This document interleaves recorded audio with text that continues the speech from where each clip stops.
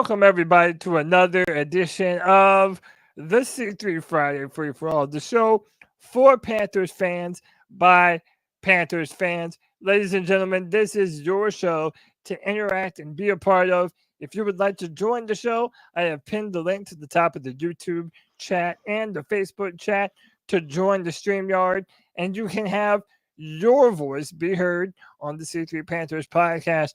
We appreciate each and every single one of you for hanging out with the boys on a Friday afternoon, regardless of what the win record is for the Carolina Panthers.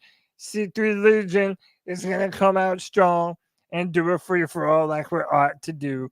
You already know I got the boys with me in the building. First up, you know him, you love him. He might tell you to shut the hell up. It's Panther Pickle. Pickle, what's up, brother? What's up, guys? You know what? No matter what happens, C3 and C3 Legion is on the scene. You can't say that about everybody. Yeah. When the season gets tough, when the going gets tough, when the losing starts and the crying starts and the abandoned ship starts, you don't see them on YouTube. You don't see them on social media. They kind of go in their corner and cry. C3 Legion, we may cry, but we're going to do it up front, in front of everybody and say, come on in, boys, and cry with us. And if nobody don't like that, y'all can shut the hell up. Let's go. Hey, man, listen. It doesn't matter win, lose, or draw, rain, sleet, or snow. C3 Panther Nation is going to be here to let the fans have their own voice. And let me tell you, a voice that we all know, a voice that we all love. He is so optimistic, and that's why we love him. The man D Money in the building. What up, D? Yo, what's going on, my C3 family? Beautiful Friday free fall, Friday healthy, happy, and ready. Friday free fall. I'm just happy and ecstatic to be here. It's rivalry weekend. That means anything can happen. That means the record's out. Just man lined up against another man, and they go ahead and they attack. And I can't wait. We got them dirty birds, and we coming with them. We got the pretty uniforms. We got the new wheel. And the reason why I say that there's a new wheel is because even though we are the walking wounded, and truly are, we're the walking wounded right now. We are coming into this game playing with house money. We have already seen a sample size when we got our back against the wall and decided to show out and perform. We've shown that we can. It's not that we haven't shown it. We just haven't executed these last couple of weeks. So I am ecstatic. You know they're going to be ready. You know they're going to be pumped up. They're going to be juiced up. And they're going to try to steal one against these Falcons. And I'm ready. Let's keep pounding, baby. Let's go. Keep pounding. Hit that like, hit that subscribe. Hit that notification bell. We're here every Tuesday nights at 9 p.m. Every Friday at 7 p.m. for the free-for-all. And every 30 minutes after the game on Sundays for your therapy session for the C3 post-game show, man. We appreciate y'all. You know we would never, ever dare to dream to have a Friday free-for-all without the brand ambassador, Diesel Skills, in the building. My brother Don, what's up, bro? What is going on, Cody? Glad to be back again on another Friday free-for-all with all my C3 brethren. Even though the season isn't off to the start that we all wanted, at least we can gather together and have a good time and talk about football and these Carolina Panthers. I want to say keep pounding for the mountains of North Carolina as we keep those people in our thoughts and prayers. Also, keep pounding to all those Panthers fans like C3JJ down in Florida after surviving Hurricane Milton. Hadn't heard from JJ yet, and our prayers go out to you. And as always, we don't forget about Greg, the Bat Daddy, the Stat Daddy. Our prayers goes out to him as well. I want to remind everyone in the chat that you could be a C3 super fan. You can get the Legion icon for being one for a year. It's only $1.99 for a month. Help the longest running Panthers podcast continue to grow and spread the good message about these Carolina Panthers and our fandom to this team, Cody. The brand ambassador. That's why we love him, man. He is always on. Hey, I see you, Swarm. This will be the one to get up on. Don't worry, brother. We're going to get to them Falcons here in a minute. But next up, let me introduce my man, Kyle 910 Charlotte Sports 1. Kyle, welcome back to the free for all, my brother. How you feeling, dude? Great, Cody. Thanks for having me. Another great Friday show. Ready to get at it with you guys. Just a rivalry weekend. So let's. I can't wait to talk to Swarm and all these guys. It's gonna be a good Friday. But I hate to burst their bubbles because they ain't thinking they can come in here and get a sweet victory because shit ain't sweet around here in Carolina. Yeah, and bro, it really pisses me off that the Falcons have adopted swag surfing because I have love in my heart for the swag surf because my Clemson Tigers were rocking that shit in 2018 when we won the championship and beat Alabama. So I love me some swag surfing. So I'm gonna need you dirty turds to chill out, get off that shit. Y'all look wild cornball out here, and please stop doing it. Y'all look extra lucified. Next up, my man Jake the Snake FU back on the free for all. Jake, what's up, brother? How are you, man? Man, I'm doing good, chilling, about to get my smoke and drink on. Yeah. But D's touched on it. Prayers to everybody out in the mountains in Florida, and always prayers up to Greg, man. He touched on it a great bit, as always. But yeah, I'm looking to have a good Friday with y'all. Talk some Panther football. God help us. Absolutely, man. And listen, everybody's going through all sorts of different types of tumult and trauma in their life, man. Thoughts and prayers to everyone affected by all the hurricanes, both Helene and Milton, and to everybody who's going through something, which you'll find is pretty much everyone in today's world. So to those of you who are fighting the battle that you're not willing to tell everybody else about, man, we're thinking of you. That's a promise. And we hope that the free-for-all can take your mind off of things today. That's what we're here for. Next up, my brother from another mother, my man Cole, back on the free-for-all. Cole, how are you, bro? I'm doing good, Cody. We all take mental health very serious, but for my personal mental health, I'm going to make a little light of it. I'm taking a day off on Sunday. I will be on the beach, so the Panthers' chances of winning probably just increased a lot. I'm going to miss my first game in a long time. I need a day off. Hey, man, bro. If the Panthers get a W. I've already heard it. I've already heard it. You, brother. We'll celebrate you, man. Yep. Listen, man, this is another edition of the Friday Free For All. Get in, join the chat, join via StreamYard. This is your show to be a part of. Panther fans, ain't nothing to it but to do it. Let's roll. I knew we were going to be wearing the black helmets, so I figured that we would be wearing the all-black uniforms. But alas, the Panthers are rocking a new combo with the black pants, the blue pants, the black socks, and the black jerseys with an all-black helmet. Gentlemen, how are you rating the fit? Are you excited about it? And, is this the right type of drip for the Panthers to come out with some confidence and get back in that W column? Jump on it, boys. This is free for all. It looks nice. It really does look nice. But I'm going to be honest with you. I don't really, if they win, I don't give a damn how they look. It does look nice. It looks cool. It really does. But if you look nice and play like shit, you still shitty. I mean, you just nice looking shit. True. I mean, you take a pile of cow shit, you put perfume on it, paint it solid gold. That don't make it gold. That makes it a painted, decorated, perfumed up pile of horse shit or cow shit. Well, you notice that's and cow shit. Speaking of cow shit, shout out to the Atlanta because we know that they are. We definitely do know that. That's probably disrespectful to a cow, but what can you say? Man, I've never learned more about cow shit in the start of a podcast in my whole life than I did now with Panther Pickle. Man, look at Swarm already talking shit. I think y'all look better in black and blue, all whooped up.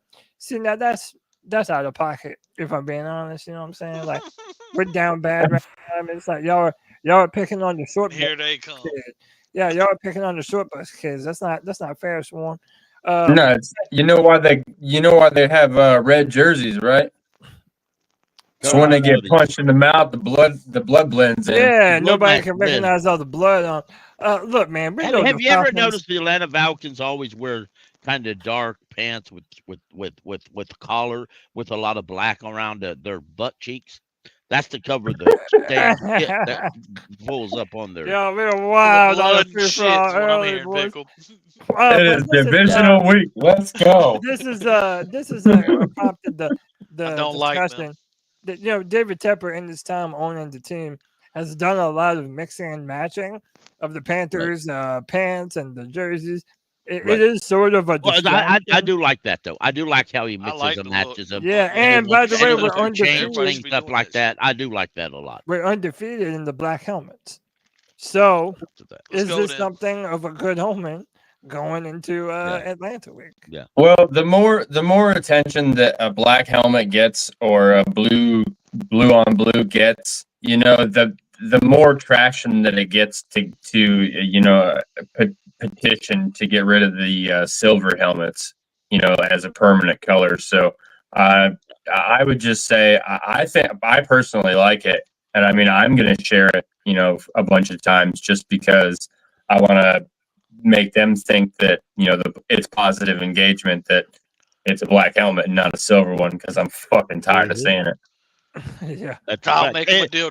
Next time we go to the playoffs, we can have permanent black helmets. Let's do that shit. That's right. That's right. And Or if they bitch about it because it's too hot, just get fucking white ones then.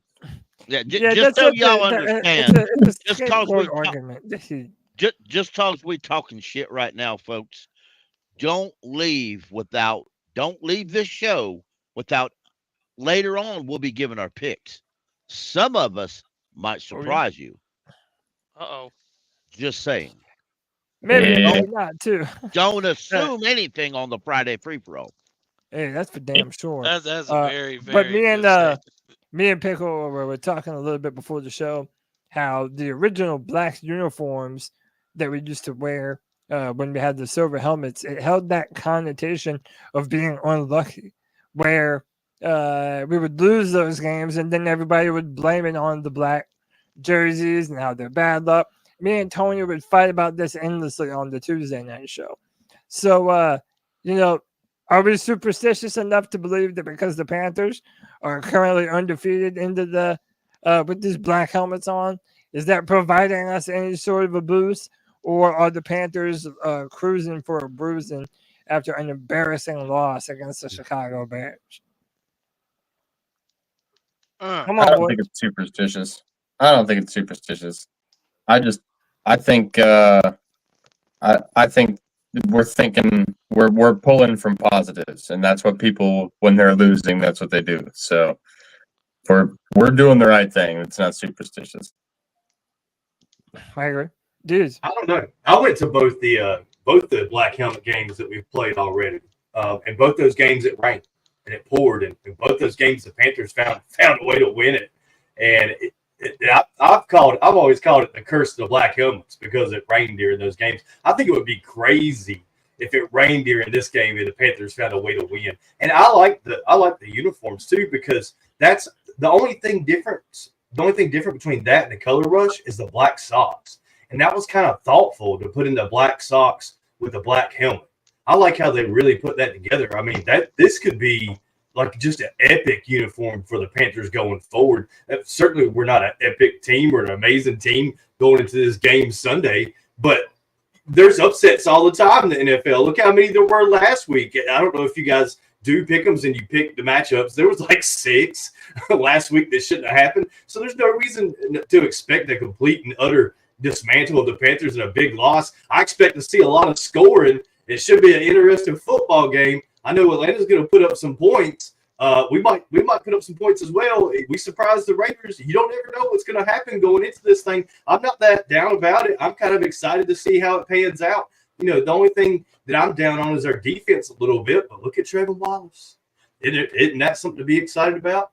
I mean, isn't that something to watch this game for? That man had 13 tackles last week in his first start for the Carolina Panthers. I bet you if you started digging and looking through history, he'd probably line up with some other pretty good linebackers with their first start for the Carolina Panthers, amassing that many in his very first game, not to mention the young man called the plays as well. And that certainly is exciting for us moving forward, despite what's happens this season. And I kind of thought about saying this in the opener, but there's a lot of things that the Panthers have done to kind of punt this year, 2024. And I pointed this out a couple times. One of the things is the amount of dead cap that we're eating this year going forward. Isn't it mysterious how Derek Brown, our best player, got hurt and ended up playing? Isn't it mysterious how Shaq Thompson also is out for the season? And isn't it funny, in only week 3, they decided, yeah, we're going to get away from Bryce Young. And I know that the coaches and the GM and everyone else always says the right thing in front of the cameras and the microphone. But it just makes me wonder if something else is going on behind the scenes for these Carolina Panthers. Yeah, that's a great question. And it's something that we talked about a little bit on the Tuesday show. And it's the amount of injuries that the Carolina Panthers continue to incur. And it really gets very disheartening. Is there anything else that anyone wanted to say about the outfits, or are y'all ready to move on completely? Yeah, go ahead, Pickle. I'm ready to move on from the outfits, but I do want to talk about the injuries briefly. When we've Yeah, had but injuries, let me just right, intro it just like this, so that way we can put everything into context. So this is a tweet by Edward Salamango, and again, man, leave it to a nice tweet or an X to put things in perspective. It feels like every week the Panthers have a devastating injury. After week 1, Derek Brown out for the season. After week 3, Thielen to IR. Week 4, Shaq Thompson out for the season. Week 5, Austin Corbett out for the season. This is now, the second or third year in a row that Panther fans are asking the question, why are the Carolina Panthers so battered and bruised all the damn time? Are we cursed? Are we, in fact, more injured than other teams around the NFL? What is happening here? Does it relate to the turf? Boys, what is happening with the amount of injuries on the team? And in your mind, what do you chalk it up to? Is it poor strength and conditioning coaches, improper preparation, turf, all the above? Boys, how y'all feel about this? It's got to be the training staff. I mean, how else do people keep having the same injuries at different stadiums? And it's got to be the strength and conditioning and the workout staff. I mean, it's got to be. I mean, it doesn't make any sense any other way. Yeah. The bicep tears stick out to me, Cody. We lost Brady Christensen last year. He tore both his biceps in the same game. Like what? Wow. Like, are they doing like these really in-depth MRIs and saying, okay, well, you got a microfracture tear of your bicep, or are these guys completely dislodging the tendon from the bicep, having it roll up the arm, like I've seen it work with injuries to men, or guys in weightlifting, I've seen those types of injuries. But usually that only takes place when you're doing something crazy. And then for Corbett to tear his bicep, was he literally trying to curl the guy in front of him? Is it like, I just have to ask, is it a common injury in the NFL for offensive linemen to tear their biceps? Because we had a starter and Brady go down last year with this, and now once again Corbett's gone down with this as well. I don't know. It seems awfully curious to me. Are we overly precautious? Is maybe what I'm getting at, Cody. Is that what it is? Yeah, I don't know. You bring up a great point with the amount of bicep injuries that there's been. It's like, what is that? I mean, we've had different offensive line coaches.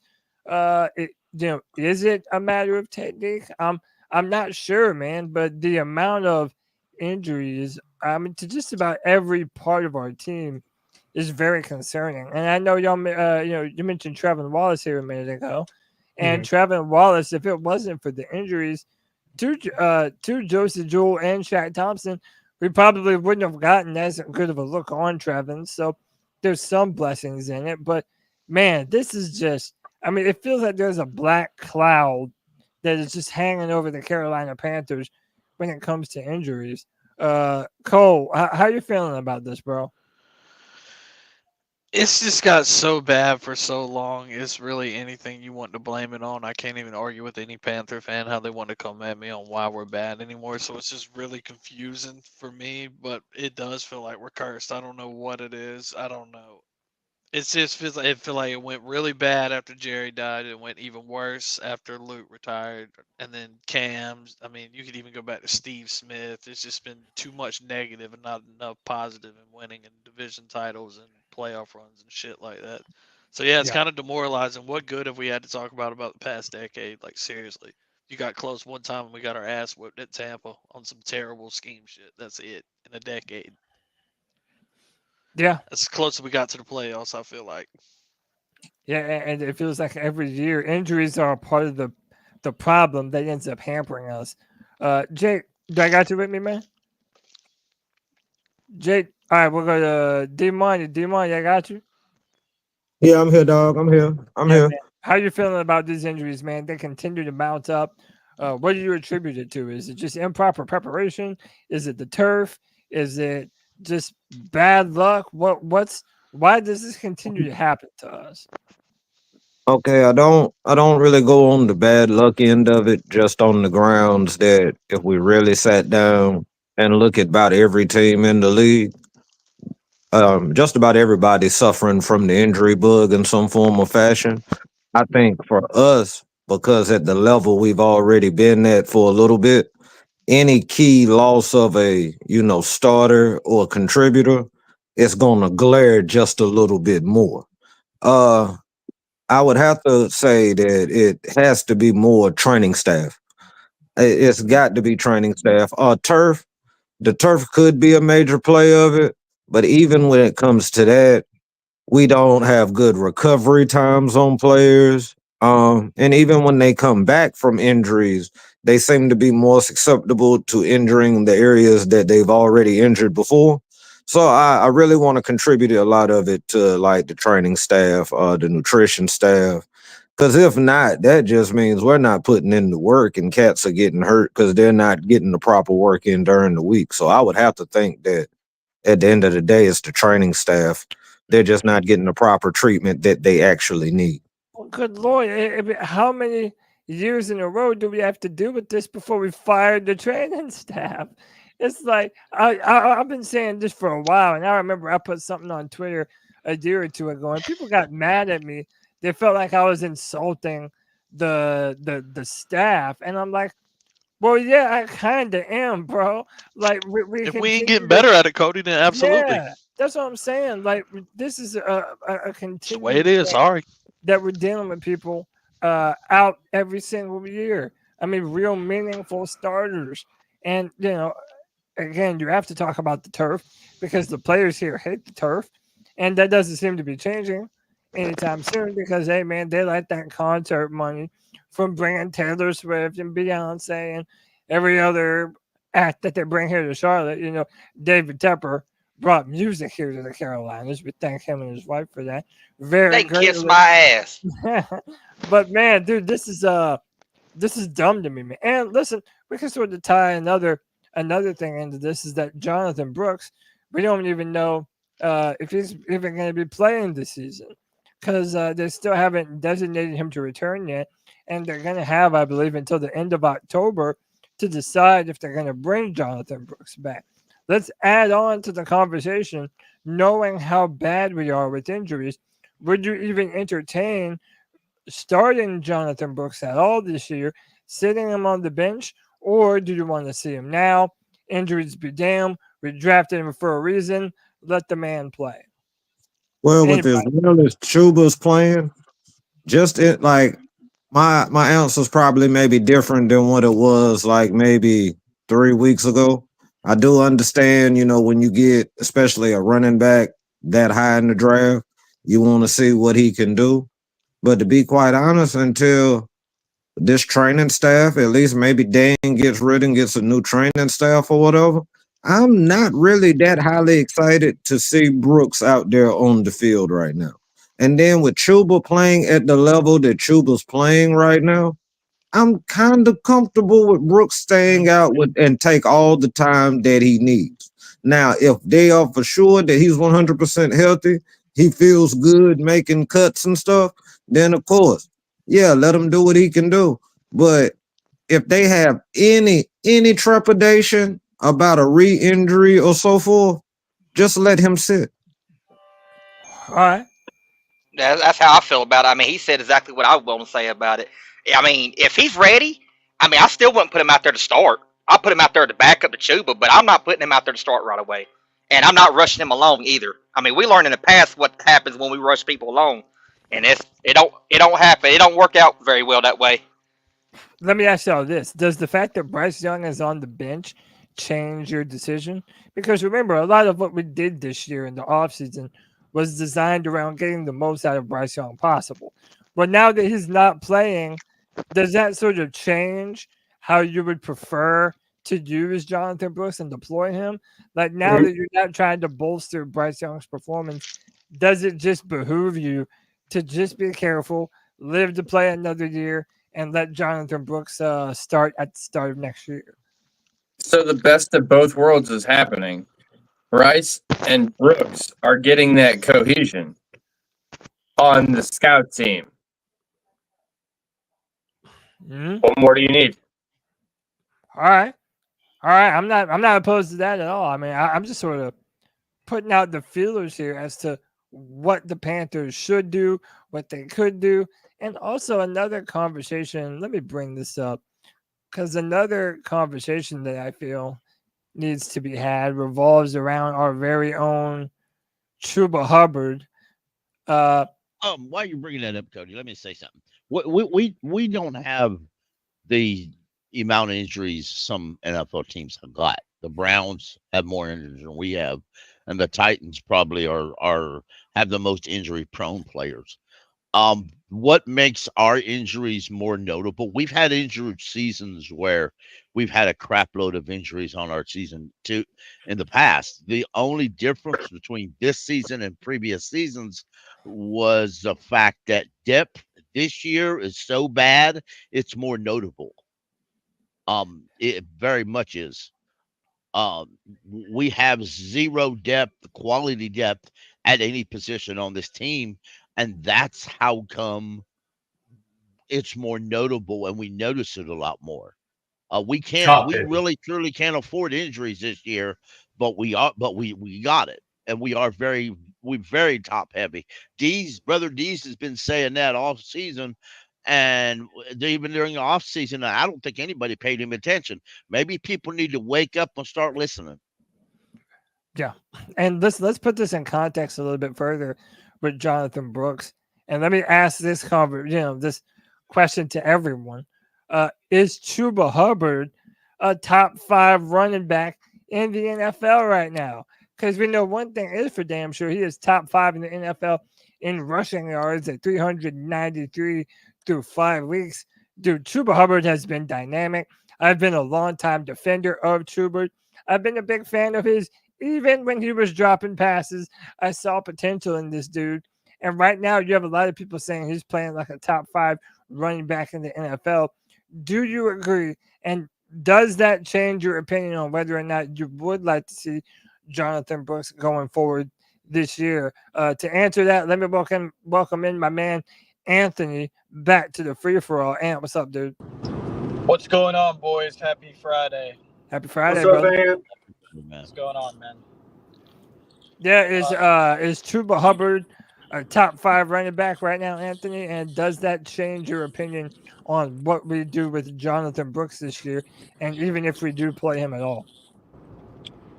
Yeah, I mean, I think he's definitely playing like a top 5 back this year.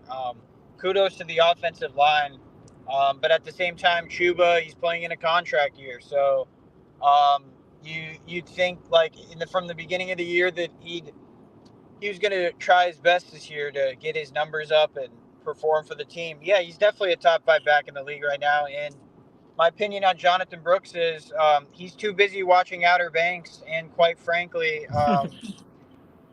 there's no reason to bring him back, honestly. Chuba's done a great job. And let me, I don't want to start an argument, but this is why I didn't want to draft another running back. Is because like when you have a good offensive line, you can find dudes off the streets that can come and run for you. Now I'm not saying Jonathan Brooks could be this Alvin Kamara or great player, but I'm just saying like this is exactly why I thought we were fine with Chuba. But to answer your question, yeah, he's definitely a top 5 back right now, and I don't want to see Jonathan Brooks this year. I just really don't think there's a point. Yeah, I saved this comment See, from my second. He says, "Enjoy Hubbard while we've got him. He'll get traded as soon as David Tepper can get a 7th round pick for him." see, what that is comments the- like that are no. Well, let me ask you, Pickle. What do you make of the Chuba Hubbard situation? Is he a top 5 back? I think But another part to that question: what do you think we'll do with him at the end of this year? I think he can be a top 5. I don't know that he is right now. Well, according to your list, he is right now. But I very easily think he can. I think at the end of this season, he's going to hit free agency and he's going to get a boat. He's going to get a boatload of money. He really is. I don't think he's going to get it from us. I don't think we have any desire into re-signing him. I don't even think we're going to offer him a deal. I think that's the reason why we drafted Jonathan Brooks in the 2nd round. We did not draft Jonathan Brooks in the 2nd round to be a backup. We drafted him to be a starter. And especially going into as worse as we are on other positions of the team, we're not going to do that. It's just like they seem to still like Miles Sanders. And as much as I don't like this idea, I can almost say that Miles Sanders is going to be on this team next year, and Jonathan Brooks is going to be the going to take the Chuba Hubbard role next year. That's exactly what I think. I disagree. Right. I know you would, but I understand. I hope I'm wrong, but I. Well, geez, why do you disagree, Deez? Well, I look at it from a more optimistic view. I mean, of course, naturally, right? Because to me, this is the best possible scenario. You got Chuba Hubbard emerging as a star in the NFL. Why would you not re-sign him? It's not going to take a boatload of money. The value of running backs in the league, in the NFL, is more diminished than it ever has been. These aren't the days of Herschel Walker, where you'll trade a running back and get an entire draft class. That's not where we are in the NFL. These guys are only making a few $1 million. It would be relatively cheap to re-sign Chuba Hubbard as a star for this team and a mentor for someone that we highly touted in a Jonathan Brooks to train underneath and spell in the game and come in and be more of a relief and more of a passing down back. That makes way much more sense to me. Him emerging as a star now is absolutely perfect for the Panthers. We don't have to hold on to Miles Sanders' contract going forward. We can let him go and save a little money. I just think it's a little different than maybe. I mean, it could play out the way Pickle sees it, but I hope not. This seems like the best case scenario. Look at last year and what the Devin White did with the Bucs. He only averaged 3.9 yards a carry, and they ran the piss out of the football. But this year, because Chuba's been so effective, and we're finding ourselves in 3rd and manageable. As a matter of fact, against the Bears, we had 7 opportunities where we were less than 3rd and 5. We missed every one of them.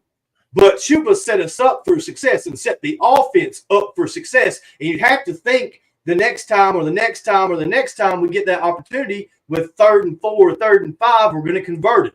So Chuba's doing what needs to be done. He's leading the league, I think it is, 5.8 yards per carry on average, or at least over the last couple games or last 3 games or whatever it is. He is emerging as a star, and it's not going to be that expensive to re-sign him. He can be the leader to Jonathan Brooks, leading him into this career. I've had injuries to tendons in my heel or leg before, and they heal slow, and it sucks because it tingles and it bothers you like all the time until it gets better. Now, I didn't completely tear mine like Brooks did, but taking time and having him come back while you have a Chuba Hubbard emerge as a star for the Carolina Panthers, to me, that's a win-win. It couldn't be a better situation for us going forward because I don't think the money's going to impact the cap as much as you guys believe it will. I was listening to what WFNZ was saying, something like $12 million we signed Chuba Hubbard. We broke records with what we signed Christian McCaffrey for like 17, I believe it was. Now he makes 19, I believe it is. I'm not 100% sure. You'd have to fact check me on that.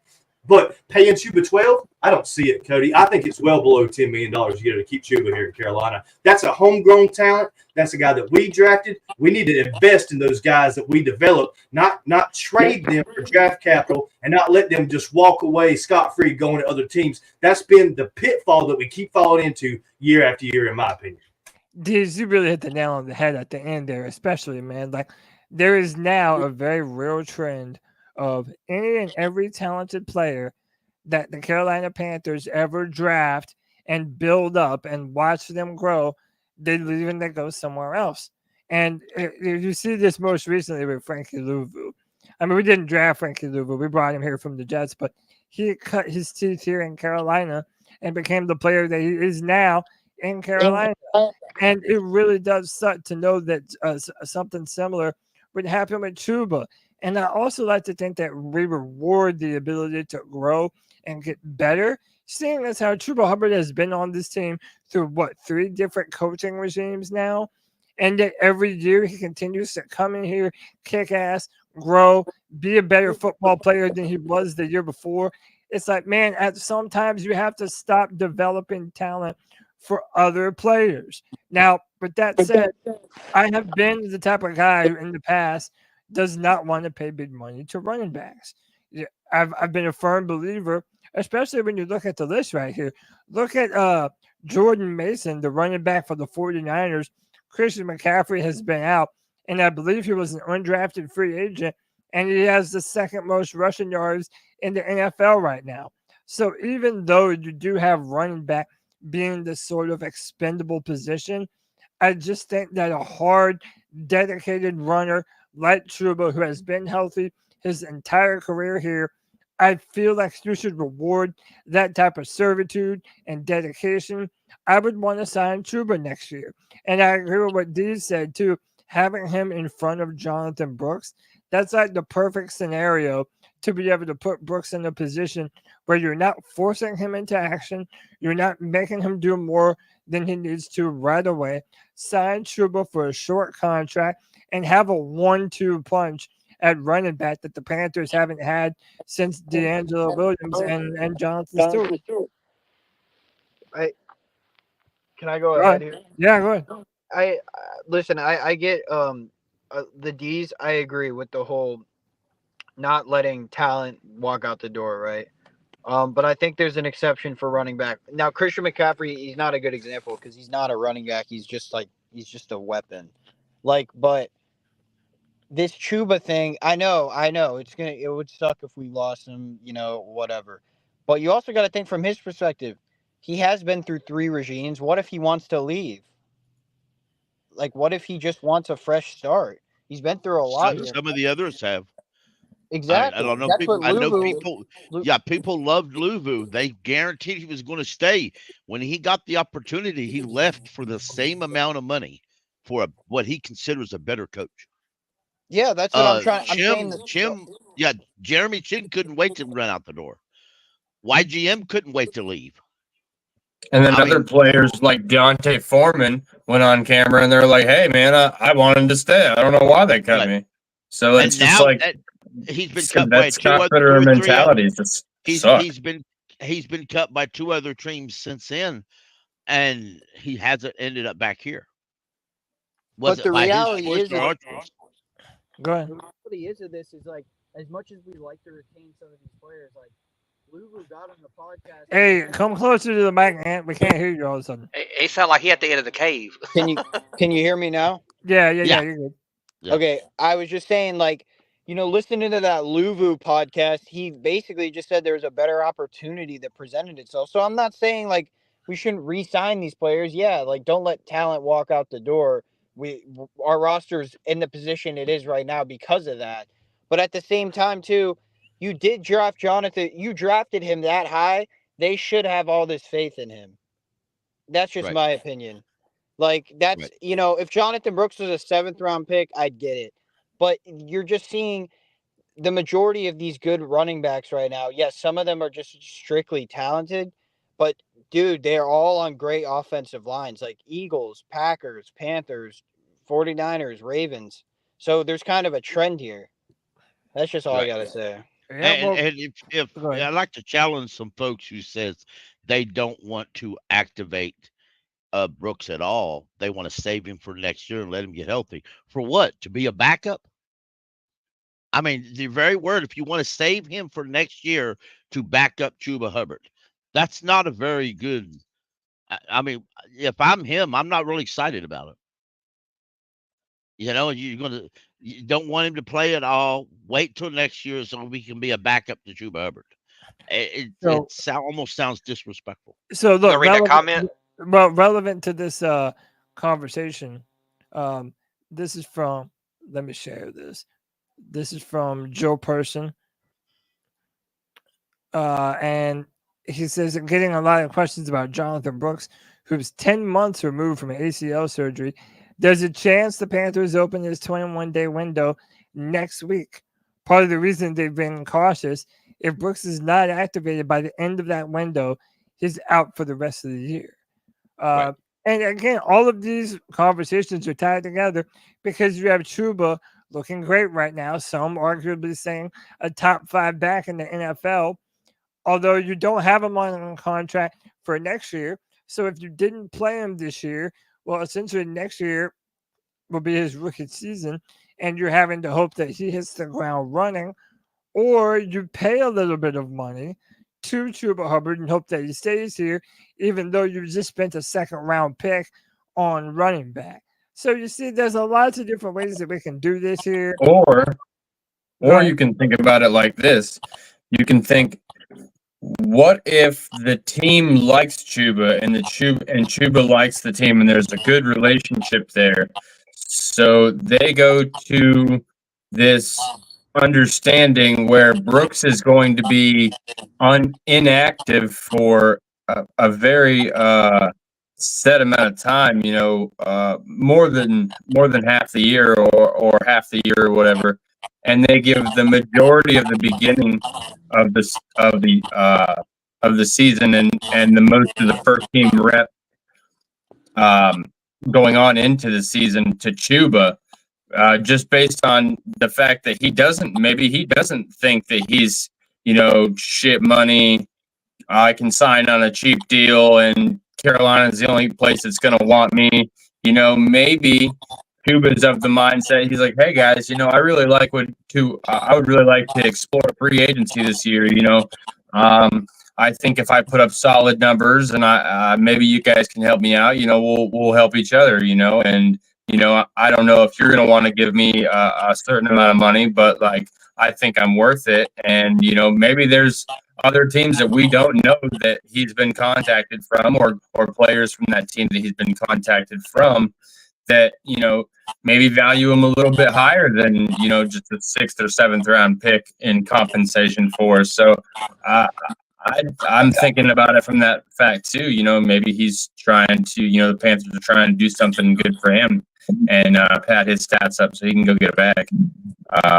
It would be the first time I've seen that. Well, in the beginning of the year, I said, just run Chuba into the ground. I don't know. I get what Pickle was saying a minute ago, but, no, my logic is, don't play Brooks and just have him be the starter next year. I just don't. I don't know. I'm just so sick of committing all this.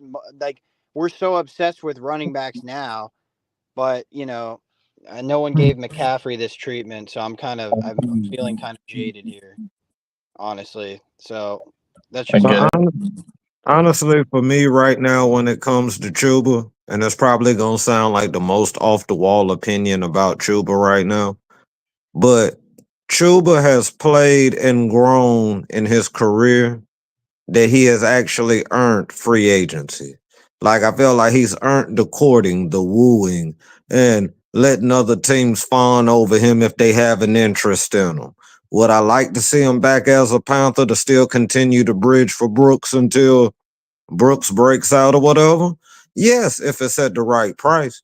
But I just think Chuba's one of those guys who has earned the opportunity to see what's really out there for him. And I'm absolutely happy for him at this point right now because he could have really checked out quite a few times in his run being here, to be honest.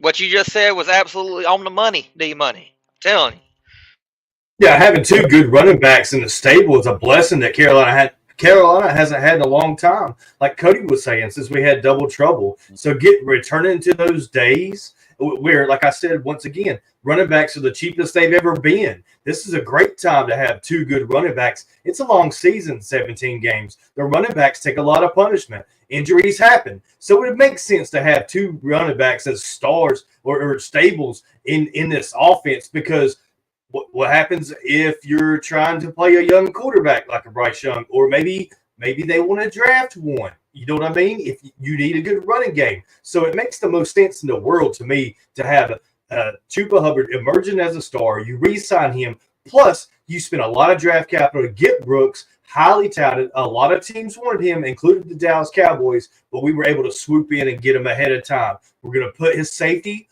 on the highest priority, and then his development second. But his safety is first moving into next season. I think it's fantastic. I think they played this quite well, in my opinion.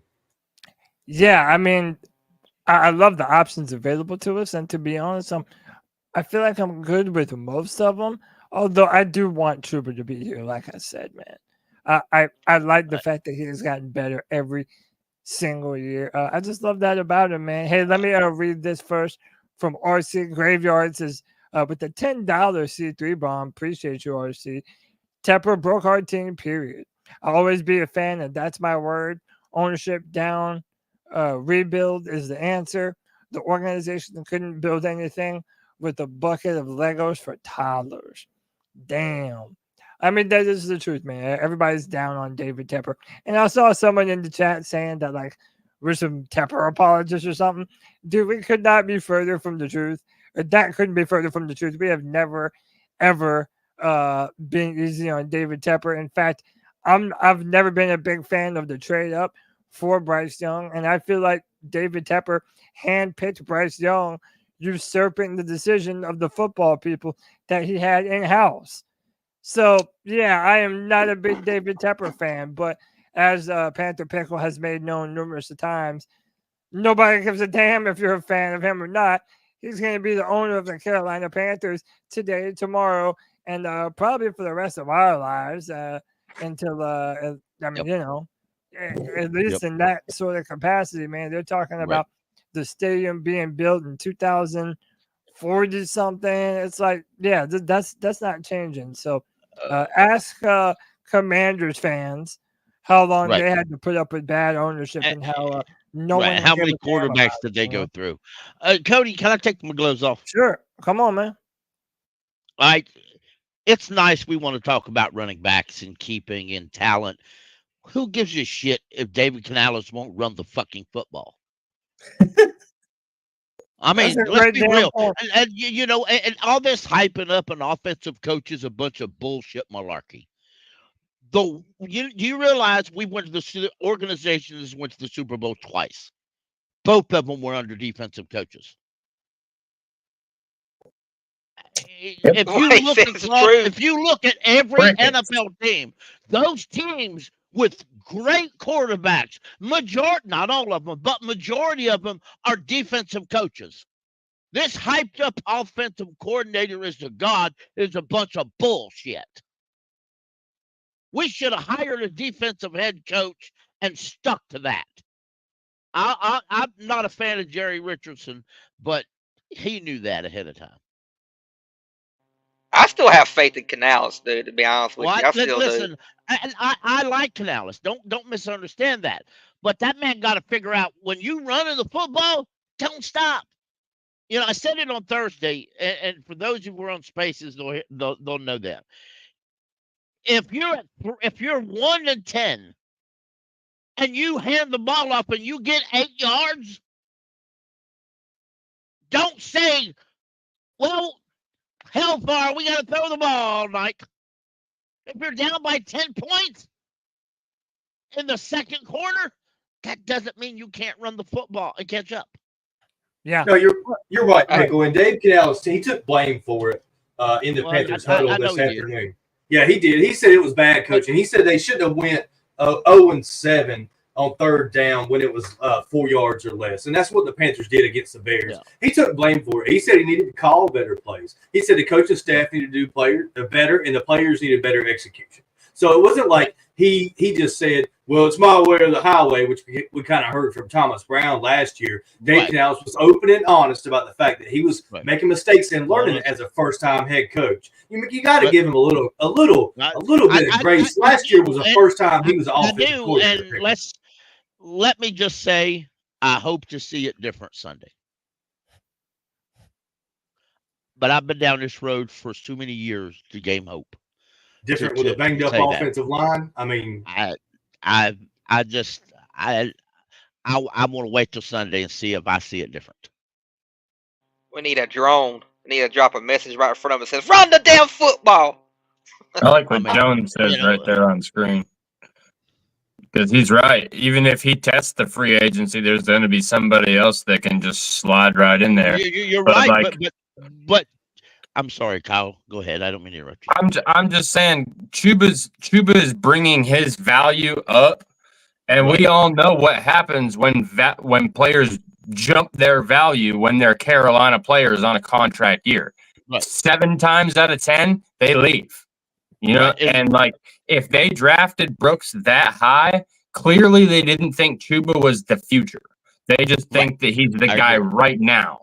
And with Miles Sanders being on contract for all through next year and that contract being so damn high, no one's going to touch it. Why would you pay 3 running backs? Well, technically Brooks is on a rookie deal, but that's still, you know what I'm saying? Like, why would you give Chuba, if he's top 5 in rushing, you don't think he's going to give that little piece of information to his agent and be like, hey man, when the contracts come up, make sure you remind him I was top 5.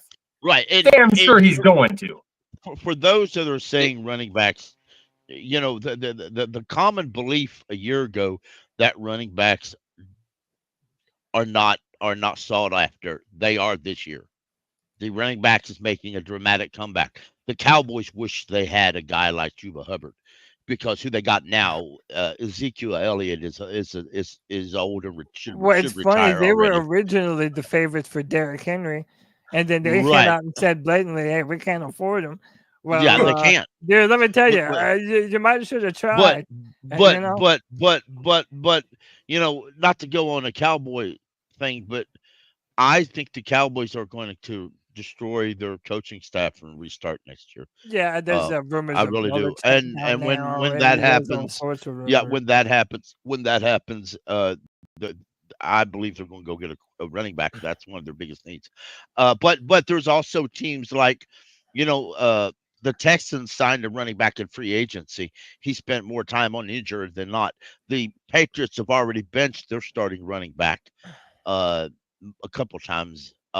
The running backs are and right now the NFL is actually running the football, and passing stats and yards are down dramatically across the league. So let's understand that a little bit. The NFL is traditionally a league that goes around.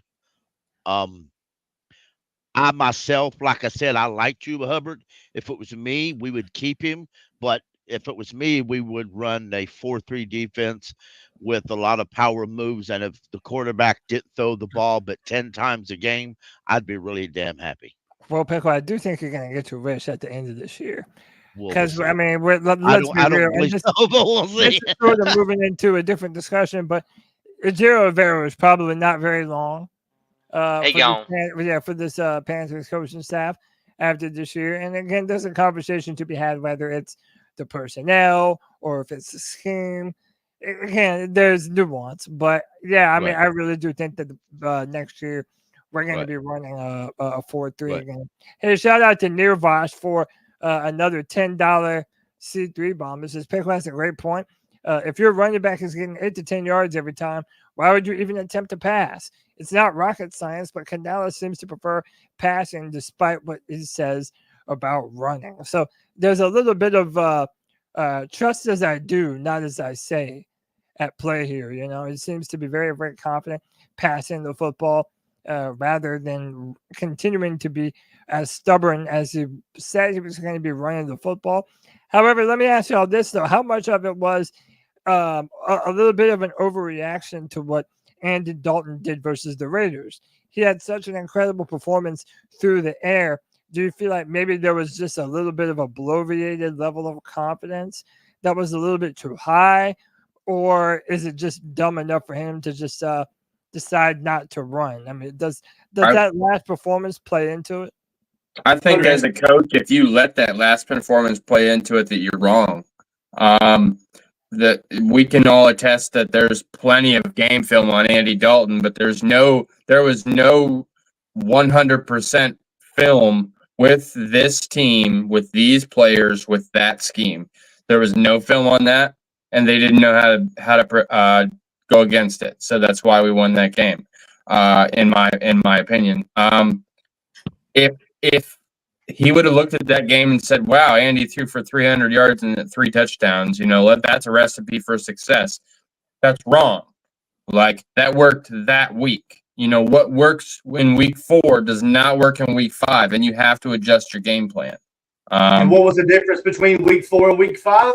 Oh, the guy that caught 100 balls last year and over 1,000 yards, his name's Adam Thielen. That was the difference, because you're moving from a veteran wide receiver playing with a veteran quarterback to 2 young wide receivers playing with a veteran quarterback. Jonathan Mingo hasn't developed or progressed as we thought he would, as we saw him in the preseason and in a training camp. And then once again, Xavier Legette hasn't been given the opportunities, in my opinion, that we had hoped that he would get this far into the season. We haven't seen a single deep ball or a jump ball thrown to Legette where he has the opportunity to go up and come down with the football. So those types of plays haven't come out. And I think Canales is terrified to shorten the game by continuing to run the football when we're down 14 or more points. That's what we saw in that second quarter of that Bears game. We went down quickly. It was on the defense, okay? And the offense should have converted some of those third downs, but they didn't. And it hurt because it put the defense in a bad situation when they were already playing poorly and gave up more scores. What was it? The Bears had a screen pass for 15 or more yards, a big conversion, and that was the difference in the entire first half of the game and the entire momentum of the game as well. It unfolds quickly in the NFL. Canales needs to understand this, and maybe shortening the game and running that football, keeping that underperforming defense off the field may be the best way to go, because it you kind of mitigate your losses. Like, you admit that the defense isn't ready to compete in the NFL. The defense is too hurt and too banged up. So you run the football and you shorten the game, which keeps Kirk Cousins off the field going into this next week. That makes more sense to me. And I understand where he's coming from, where we're going to fight, we're going to win, we're going to throw the ball, we're going to find a way to come back. But you're playing with a UDFA who almost led the team in receptions and yards, and Jalen Coker. That's a great thing. It really is. But the point is, we got blown out because the defense was inadequate to stop the Bears. The pass rush was inadequate to tackle Caleb Williams in the backfield. He danced all around pass rushers getting to him. He was able to escape 1 or 2 defenders in the backfield and still get the football down the field. I don't think Kirk Cousins could do that, but Dave Callis has got to realize that by sticking to the running game and by running the football, we're keeping that offense off the field. And it's probably the better way to go at this point, given the amount of injuries to the defense. But that's just my opinion. Maybe he will continue with the passing game a lot. He had that trend, with Tampa Bay, and that may be the way that he wants to run the offense. I don't have any say in that. But in my opinion, we would be better off, especially in third and short, just to go ahead and take our shot, running the ball instead of going for these passes that don't work out. And it's because of the younger wide receivers on the field, Cody. The loss of Adam Thielen was more profound than Panthers fans thought it would be. We make fun of him for being old. We make fun of him for being slow. But the fact is, he gets enough separation to come through and clutch third down plays. He really does, man. And listen, before we go any further, man, we want to thank everybody that's listening, that's choosing to spend their Friday afternoon with the C3 Panthers podcast. And what we're here to tell you is that all the way through February, one of the best ways, if you would like to support the show, is to go to underdogfantasy.com. Listen, they have been generous enough to partner with us all throughout February, man. Now, listen, over 1 million fans across 33 states got in the game last year by making picks on Underdog Fantasy, went up to 100 times your money just by choosing higher or lower on your favorite player's stats like touchdowns, passing yards, and more. Listen, man, right now, as you can see, they have Joe Burrow at 0.5 of a yard. Dude, that is easy right there, man. We've been loving Underdog Fantasy, and that is a surefire way to support the C3 Panthers podcast. Making your own picks on Underdog is straightforward, and signing up is even easier. Just head over to Underdog's simple-to-use mobile app on Underdog Fantasy and sign up with the code C3P. And Underdog will give you a free pick to use on your first cash pick'em entry plus up to $1,000 in bonus cash when you deposit. That's Underdog Fantasy, promo code C3P to claim your new customer special or a free pick and your deposit offer. Must be 18 years of older, 19 plus in Alabama, New England, 19 plus in Colorado for some games, and 21 plus for Massachusetts and Arizona, and present in a state where Underdog Fantasy operates. Terms apply. Void in Colorado. Are you concerned with your play? Call 1-800-GAMBLER or visit ncpgambling.org. In Arizona, call 1-800-NEXT-STEP or text NEXT STEP to 53342. If you're in New York, call 24/7/Hopeline at 1-877-8-HOPE-New York or text HOPE-NY to 4673669. Underdog Fantasy, man, we appreciate them. And look, I saw two picks that they had up there that was easy for me right now. They had Deontay Johnson at 0.5 of either a rush or a receiving touchdown. And I like that, man. He's been getting good separation for the Panthers. And sadly enough, I have to do it with how the Falcons are looking and how the Panthers defense has been acting up in recent weeks. 252 and a half passing yards for Kirk Cousins. I'm sorry, man. I just think that that's a good number. Good Lord. Yeah, I know, man. He said bro, I mean, really, though. Am I wrong in my assessment here? That nah, you definitely ain't. Is probably poised to have a damn good day this Sunday against the Panthers. Let's move to that matchup. How do you feel about the Falcons-Panthers matchup? And we can even use Underdog Fantasy to look at some of the numbers that they have for the matchup. But what are your early thoughts and feelings about this matchup? And D-Money, are you still with us? I'm here, man. I'm here. Yeah, man. Tell me what you think about this matchup with Atlanta, man. What are some of the points that are sticking out to you, and how you feeling, especially considering how many players might not even be playing this Sunday? Okay, well, it's always concerning when you don't have your talent out on the field, of course. I think this is a game that, even with everything against us, I feel like we have an opportunity to win. Because the biggest thing, and I know when we look at the score and we look at significant plays in the games that have happened so far, you don't really see the big picture sometimes. But really, a lot of these games we've lost from shooting ourselves in the foot. It hasn't all just been the team has just, even if on paper they were better than us, that just their depth chart just destroyed us completely. It was things we were doing to ourselves. Against the Bears, that second quarter dictated everything for us, to be quite honest with you. There was turnovers that swung into good field position, which swung into points for Chicago. And then, of course, DJ Moore, when he play us, he's always going to try to have a big game. But all needless to that, put all that aside, if we can at least try to block without getting false starts and limiting the penalties, really, I feel like I said earlier in the intro, of just knowing that we're playing with house money and knowing that, like, really, at the end of the day, guys are getting opportunities that they wouldn't have gotten if we weren't in this scenario. and these guys are trying to take the best of it. And sometimes that's the best thing for a team when they're trying to find a bright spot and something to grab momentum on. Now you got Trevin Wallace. He's put on paper now 13, 14 tackles in the game. That's amazing. You know that's going to give him the confidence to want to come in to see if he can match that performance or do greater. I think that's great because, with the weapons that Atlanta has, the one thing that we haven't been doing, tackling very well. So if we can get Wallace around there and get him knocking some people into the dirt, that can help get some momentum, maybe force some turnovers. If the offensive line can just stay strong, I know they got some defensive names on the other side of the ball, but just forget about the names on the back of the jersey and just execute the scheme.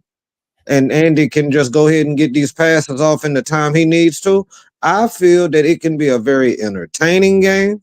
I feel that there's an opportunity for us to win the game, but we can't play scared just because somebody's not in. We've got to actually get out there and just play Panther football. Like Pickle said earlier, our success is going to come from pounding the rock, running the ball. We all hands on deck. If you all running back, you all fullback. If you a receiver that can get an end and around, that's what you need to do right now. And just leave it all on the table, and that can get us a win.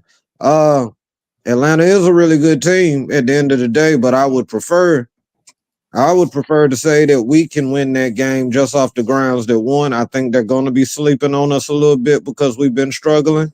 And two, what do we have to lose? Really, just leave it all out there on the field, and it's a rivalry. And everybody knows what a rivalry, anything can happen. And I'm taking all those things into consideration for this game. Any betting man has got Atlanta, but I love my Panthers, and I'm going to keep pounding. And I'm looking at the Panthers like 24-21. That's just my shot right now. All right, I like that. And listen, I love the point that you made at the end, too. Dude, those rivalry games, we always play each other hard, man. It doesn't matter who's the better team on paper. Like, the Falcons always play us tough. I talk a gang of shit about Atlanta, and I always will. It's always fuck the Falcons. But I'll never say that they don't come in here and always give us a run for our money. And they do beat us, man. We generally go 1-1 against them. So I think in the adverse, you cannot count the Carolina Panthers out of this equation, too. And by the way, if any of you want me to look at a player on Underdog Fantasy to see what some of the numbers are, I got Chuba Hubbard up here right now. They have him at 63.5 rushing yards on Underdog Fantasy. Go ahead, Jake. What are you going to say, man? Man, I would have took the over for 300 for Kirk Cousins throwing. I think I'll be honest with y'all, bro. I think we would get more pressure going against the quarterback with your local Walmart greeter than what we have on the field right now. I'm being honest with you. We have not applying any pressure from our defensive line, bro. And Kirk Cousins could have himself a day throwing wise. I saw Walmart greeter at my local Walmart the other day, Jake. He could put pressure on anybody. He looked like King Kong. He looked like Andre the Giant Part 2.0. He said, I need to see your receipt. I started to get on my knees and say, anytime, brother. Anytime, whatever you want, you got. I get ready to surrender it all. He was huge. Hey, Pickle, no. But anyway, I agree. Hey, what's them Tennessee boys be doing? Yeah, man. What's up there in the mountains, dog? Hey, man. Listen, them Tennessee boys will move a mountain. Hey, what they doing this weekend? Hey, man. Hey, what's that song? Right? They whipping butt. Really, man. Yeah, you got me. They be rocking something.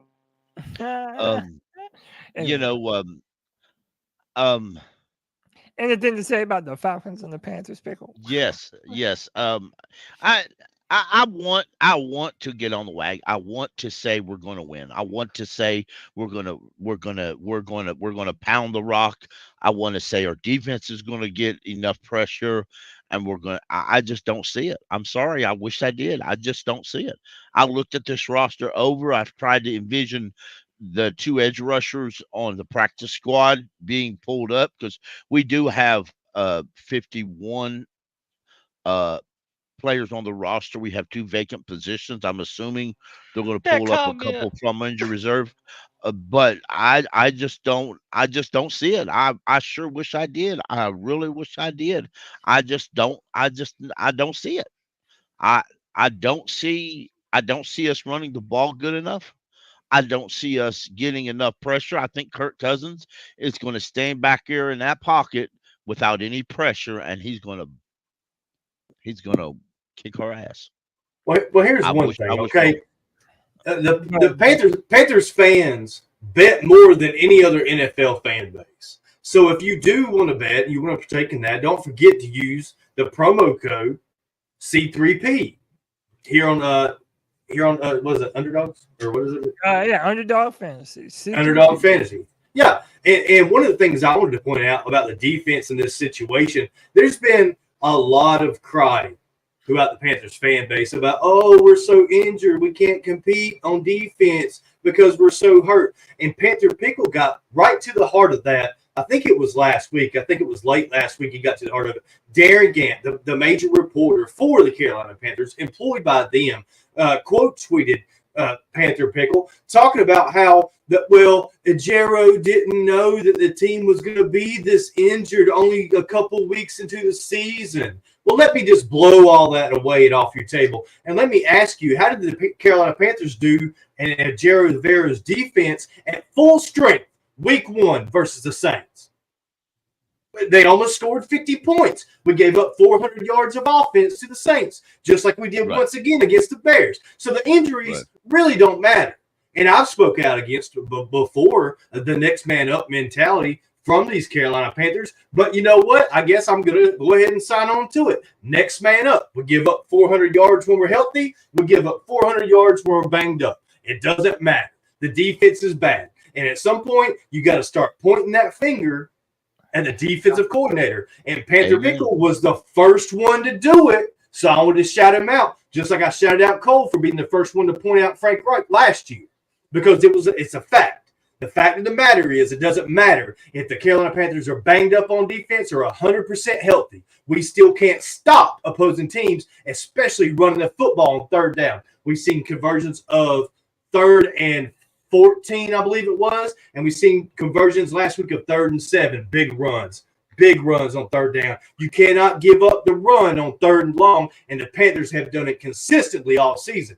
And at some point, you can't keep blaming the players when the players are injured and your most veteran players aren't even in the game. You got to point the finger somewhere else, and there's nowhere to go except this defensive coordinator. We got to a deep discussion about it last night, me and Panther Pickle on the Spaces, the C3 Legion Spaces, live every Monday and Thursday at 6:30 p.m. You can join and be a part of that on the X app or Twitter. Come join us, be a part of the Legion as we push forward and march on for this team. But we talked about how this dynamic, you take guys that haven't worked together. We saw it last year. We called it an all-star staff. An all-star staff is being put together, and there was no cohesion between those people. Those people didn't work together. Their ideas and their thoughts about how a football team should be run ended up in utter disaster. No one was able to work together or form a team that was ready to play on the same type of page. And we see the same thing this year with a Walsh added on the defensive line. Lukabu added as our linebackers coach. I like both those guys a lot.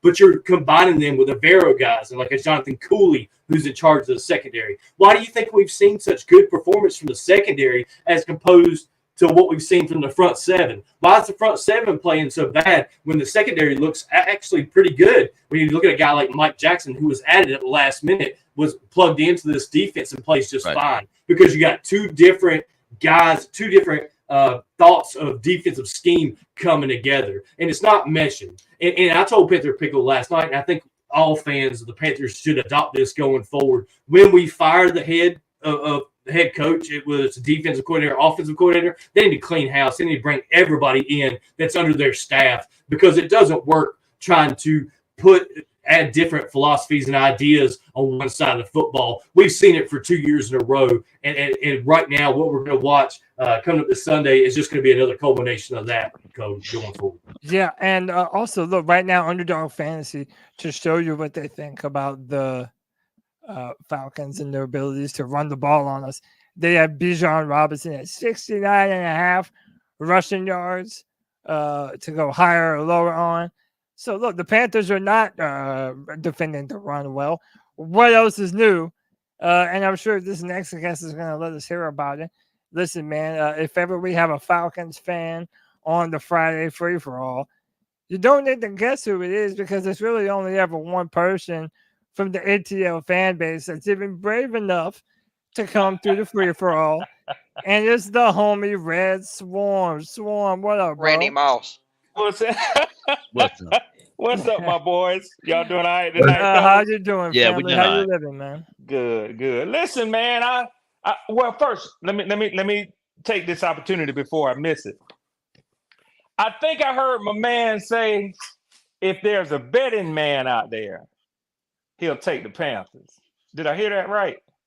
Yeah, there is somebody. I said a betting man would take the Falcons, but I believe in my Panthers.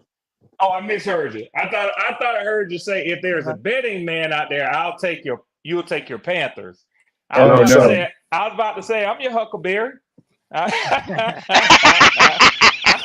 got 100. I got 100 for that one, man. So yeah, man, I know Swarm got an ego the size of Stone Mountain right You now. know he does. That's it not ain't that nothing new, Cody. 500-yard performance from Kirk Cousins, bro. But Cody, let's keep it real. It ain't nothing new with the homeboy.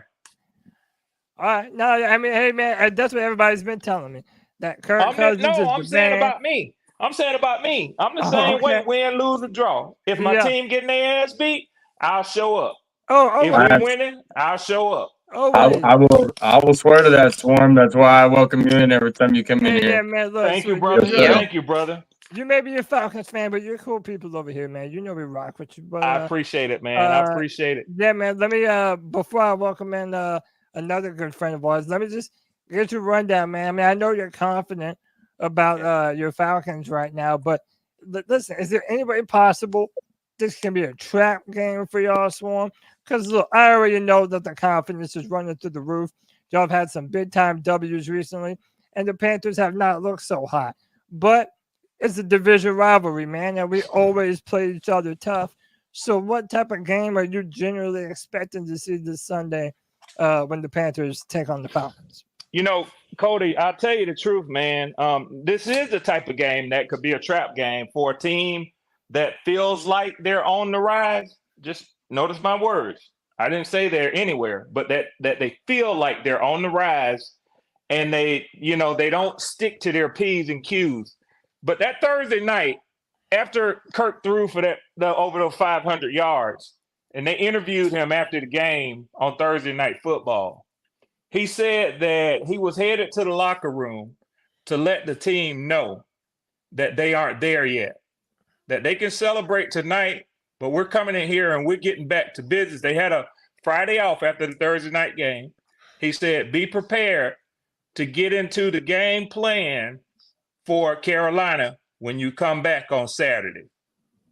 See, that's the type of leadership that we didn't get with Marcus Mariota. Ain't no way in the hell we was going to get it with Desmond Ridder. You told me when we drafted him, Cody, you told me he's a career backup in the NFL. And you were right. I'm man enough to admit it. That's what he is, man. If he gets picked up on the team, hell. But I mean, but my thing is that I pay attention to stuff like that. I don't think with him, guys like Justin Simmons, Jesse Bates, I don't think that the Panthers can sneak up on this team. I really don't. And we're missing a lot of people. So Jadeveon Clowney has not practiced this week. It's looking like he's probably not going to play. What college did he go to, Cody? Huh? Oh, man. I said, what college did he go to? Man, he went to them suck-ass and Gamecocks down there, man. And, bro, let me tell you, man, I'm ready. We need to stop picking from the South Carolina well, bro. Like, straight up, we need to get some Clemson play. I'm biased, man, whatever. But, look, dude, I think this is a competitive game, and I'm excited to see what's going to happen. Let me welcome in my man, my friend from the 704 Charlotte Bound Show, Twan Don, back on the free-for-all. Twan, what's up, bro? What up, Green? We're doing, Twan. How you living, brother? I'm chilling, man. Blessed. You know? Yes, sir. sir. What's happening, Greek? Cody, Rook had a good game, man. I was glad to see that they finally got him in some action. Yeah, that He had a don't good surprise me, game. man. He's another Jared. Yeah. Yeah, man. Twan, how are you, man? I'm good, man. How you feeling about this matchup against the Falcons, brother? I mean, I've been listening. I don't come with no negativity. You know what I'm saying? I just like to just come with facts, and and hopefully I don't knock anybody's spirits down who thinks that we're gonna actually win. But like D Money is really inspirational. You know what I'm saying? And I love that dude, man. He's a true Panthers fan through and through. But sometimes we got to take our heart out of it and talk about football, talk about the sport, and talk about lineups and like how would we pick a matchup if we weren't a Panthers fan? Like if you wasn't a Panthers fan and we were all some other fan and we said, okay, the Panthers are gonna play Atlanta, then how would we pick this game? We don't match up well with Atlanta. One of the things I disagree with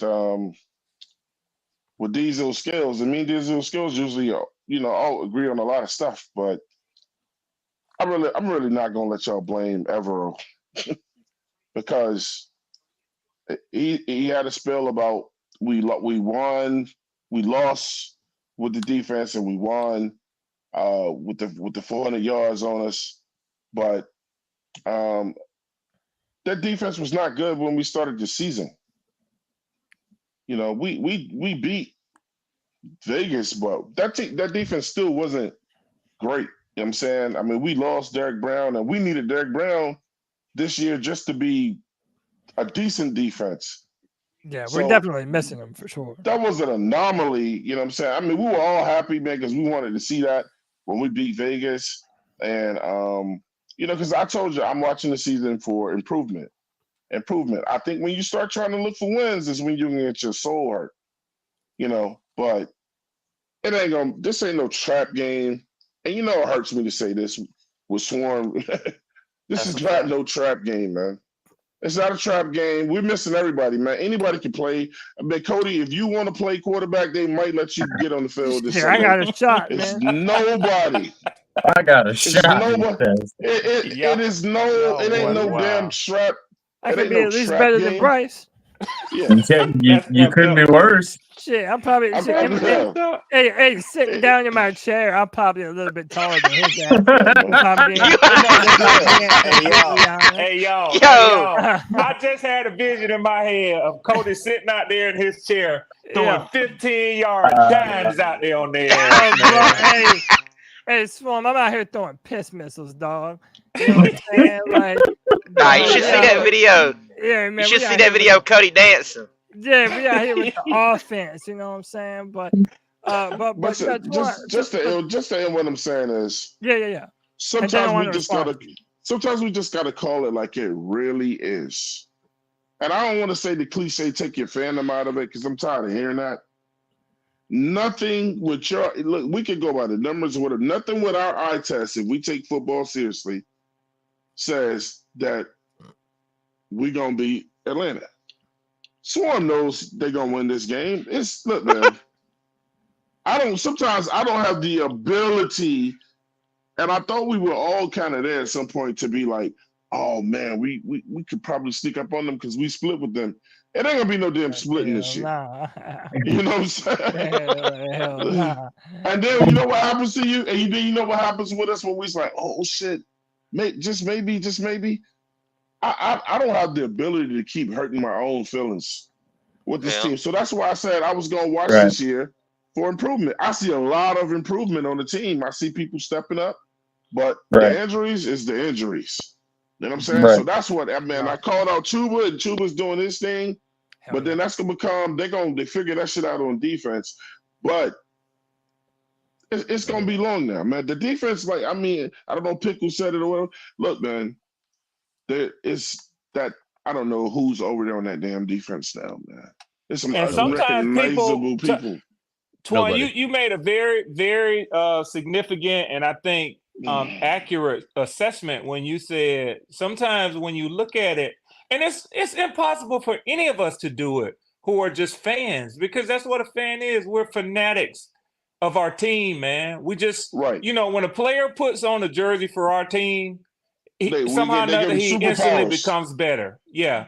But I said that to say this as a testament to something that I have always said on all of y'all's platforms. Chuba Hubbard is a good running back. I know many of y'all have heard me say that before. Chuba has always given us hell, man. He always gives the Falcons hell. I heard guys talking today on another platform. Oh, Chuba's going to go for 100 yards on y'all. I said, okay. You think that's gonna surprise take Red Swan by surprise? Hell, he probably gonna go for 120. But that means that we got to take something else away, because some players are just dogs, and they gonna get theirs either way. And Chuba is proven to be that type of running back. He gets through the hole fast and hard. He's a hard runner with speed. They don't grow on trees, man. And Pickle is right. The running back position had been so devalued that now teams were voided at talent. So the ones that are really good, they really stick out. You can see them. But you ask me as a Falcons fan if I'm surprised that Chuba is a top 5 rusher in the league behind the line that y'all got. Hell no, I ain't surprised. Well, the other thing with that too is, and I spoke back along. I mean, we actually got into some debates and some arguments on my show and on the show with some people. You remember, Cody, when I was back, because I played running back in high school, and I was up here like man, damn, bro, like people keep saying you can find a running back anywhere, and I was like, that's bullshit. You can't find a good running back everywhere, and teams will know if you got a shitty running back. See, this is the thing I don't understand with the NFL when it comes to that running back position. They want to devalue these guys and don't want to pay them. But when we play fantasy, that's one of the first 2 positions that you pick it. Yeah. So I want to respond. So how do they have value? Well, look, I wanted to respond to something that you said, Twan, but real quick, let me welcome in my homie Poppin from the Black Cat Panther Podcast. Poppin, what's up, dude? I've been brilliant. Pop, you're muted, bro. I got you. Big Pop. All right, we'll come back to Poppin. I ain't hearing you right now. So, Twan, real quick, let me go on something you were saying. You were saying that it's really not time to blame Ejiro Rivero. And I understand the fact that... What's up, y'all? Oh, what's up, Poppin? Poppin, how you doing, man? I'm doing good. How's everybody else? Doing good. How you feeling about this matchup? Well, I haven't really talked That's all I need to hear, Pop. That's all I need. You ain't even got to say no more, bro. That's it. You ain't even got to waste your breath. But look, I wanted to. I'll pose this to everyone. I'm responding to Twan, but really, this is to everyone here. And it's basically this: when talking about Rivero, there's a lot of injuries on this defense, no doubt, and you can't expect a coach just to wave a magic wand and make all the players be healthy and be effective. But I think one of the things that a lot of the critics are pinning down on Rivero is that in his time here, we have never been good at defending against the run, even when we had Derek Brown. So this would be the second or third year in a row where the Panthers are just painfully inept at being able to stop the run. A lot of people are blaming it on the 3-4 defense. And I personally believe there's a little bit of truth to that now. But when you have this many years of an inability to stop the run, at what point do you have to levy a little bit of that criticism towards the coordinator that's coordinating this defense? Like, Lord knows every single offensive coordinator that the Panthers have ever had has always been blamed for the lack of production on offense. So why shouldn't Rivero get some of that same blame when talking about the inability to stop the run? Okay. Well, I got a hell of a prediction for you, but go ahead, whoever that was, go ahead, and I'll come back. Well, when it comes to like I want to go after D-Money. I want to go after D-Money. All right, go ahead, D. When it comes to Rivero in general, looking at it at face value, I don't think that I myself would levy a lot of blame to Avero. Of course, he's the head of the defense, and the head of any position group is going to take slack when there's a lack of productivity. But like to really be real about it, we haven't produced like the talent to run an effective 3-4. Okay. You notice the teams that are great with the 3-4 have a lot of dogs and blue chip talent and just physical gifts that when you see the 3-4 work at its best, at least with stopping the run and just being a shutdown defense. Normally those are those legendary defenses when you see somebody with a 3-4 be that successful. Now, mind you, if we're going to blame anybody, then we might want to blame like the general manager that brought Avero in. You can blame Tupper, even though I'm not much on blaming Tupper for anything really these days. I really just don't even think about the guy. But even wanting to entertain a 3-4 in the franchise, those are the things that you can look at as far as the defense being anemic. The decisions to strip the defense of whatever real talent it had left to kind of try to provide to the offense. That goes to it. Do we pass like with Avero? I just look at it like this: I consider guys dogs that I'm hopeful to be dogs, but when we look on paper, our defense in the last 2 to 3 years have not had a lot of dogs on it. Shaq Thompson, who we tried to rely on this year with his rejuvenated play, went down. Last year, what happened to him like second or first game of the season? He went down. So guys on this defense that we were supposed to rely on in the first place have been going down for the last 2 to 3 years. Avero can take blame for really just being the face of the defense. But as far as just circumstance and so forth, I just can't throw a lot of blame. I know there's some people, they would prefer for Avero to go because they could get those compensatory picks. I understand that. I get that. But if you're going to get rid of Avero, I feel like it should be for the fact that you're going to change schemes and you're going back to like a 4-3 or something of that nature. But until you can get him with a healthy defense with at least a good amount of productive players, it's kind of hard to really throw it on Avero, in my honest opinion. All right, I understand that. Let me go to Twan and then we'll get some dissenters in here. Go ahead, Twan. So D Money pretty much went where I was gonna go with it. I'm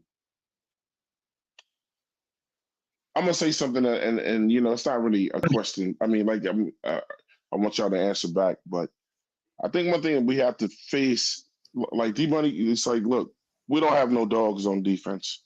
It's JC Horn over there, and right now, that's it. Somebody said that we had great safety play. I don't know. I haven't seen that. You know what I'm saying? I haven't. There's one dog on defense, and that's JC Horn, and the other one's hurt. He ain't gonna play this year. On the offensive side of the ball, Chuba might be a dog. Johnson has the potential to be one. The offensive line, I love the line. So I'll say collectively they can be dogs. But that's it. D-Money he said it. When you don't have talent, we don't have talent, y'all. We don't want to face that, but we don't have talent. You cannot win football games without talent. We don't have enough of it. We don't have it. I agree with you on that. I agree for the so let me let Pop go, but can we at least say though that whether or not you love or hate Avero or anywhere in between, can we all agree that he's probably like this is his last year in Carolina? Like, do we agree that? I kind of thought it was going to be either way. Like, I thought this was his last year, regardless how the defense looked. I kind of felt like Avero wasn't going to be here, to be honest with you. But what I was going to, that's what I wanted to end it with. That's what I'm going to chime in with you on. So y'all just walk with me real quick. Yeah, go ahead, Pop. We seen a coach get fired last week. I mean, a couple of days ago, Soller, right? And he came from the Jets. We need to talk about that too in a minute. So let's how can we tie things together? Well, the first thing you got to think about why he got fired. He wasn't calling the plays over there. and they liked the other guy behind. Dang, what's his name? The one that Aaron Jeff Rodgers went and Over. got. LaFleur. They like LaFleur. LaFleur, I think that's his Okay. name. They like Yeah, LaFleur yeah, the yeah, most, yeah. right? Yeah. But the question, the how I'm setting this up is, imagine this. I don't think that Evero is going to be here because one thing, you can say we don't have the talent, but your owner is not going to want to hear that after he's given you so many years to try to get it right. Even though all the cards have been against Evero as far as losing talent, but he still has not stopped the run and hasn't been, that great on defense. And also because the offense has been terrible as well. So he's had a double-edged sword, which I knew this was going to happen. Yeah. But when you think about it, right there, you got Robert Saleh, right? 9 times out of 10, Evero is going to leave. Everero's going to leave, but he's going to go straight to the Jets because he was offered Nathaniel Hackett's job in Denver Broncos when Nathaniel Hackett got fired as the intern. He shut it down. He said no because I like Nathaniel Hackett. He's the reason why I'm here, and he came to the Carolina Panthers. Well, now as time has changed, Nathaniel Hackett is still there. Nathaniel Hackett's with the Jets now. He just let go to his DC. He's going to probably pull Evero, and we'll probably get Robert Saleh. Now, if you get Robert Saleh here, you're going to change your whole defensive scheme. You're going to a 4-3.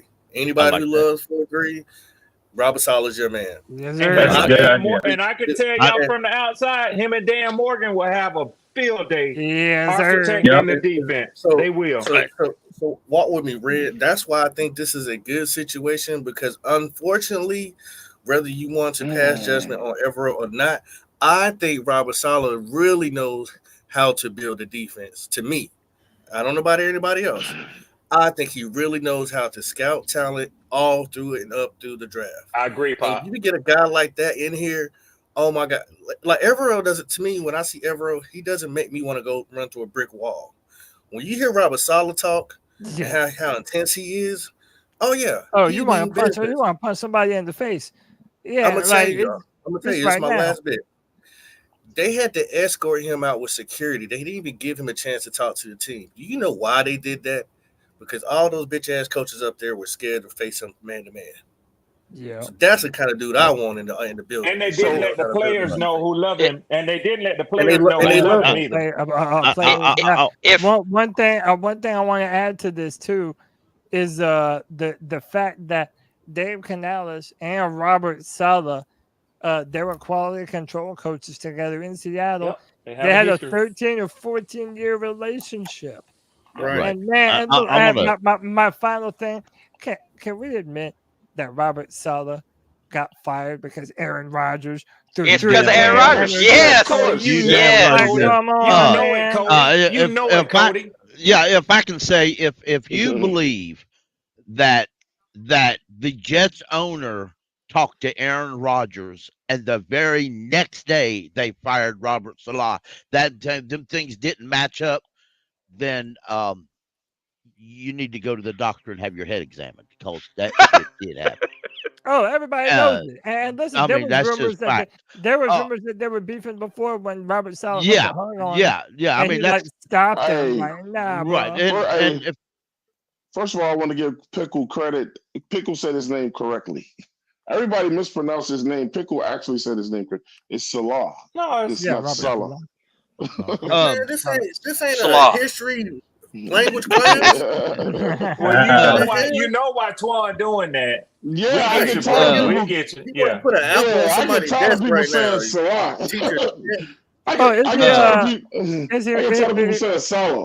Is he Muslim? I didn't even know that, Twan. Yeah, he's Muslim. That's what it is. Cody, I let me go to Pickle, and then after Pickle, I'm gonna introduce someone. Okay, right. I pushed the button a little bit the other day over Evero, and it's not something that just popped up. I generally don't like the 3-4 defense. I never have.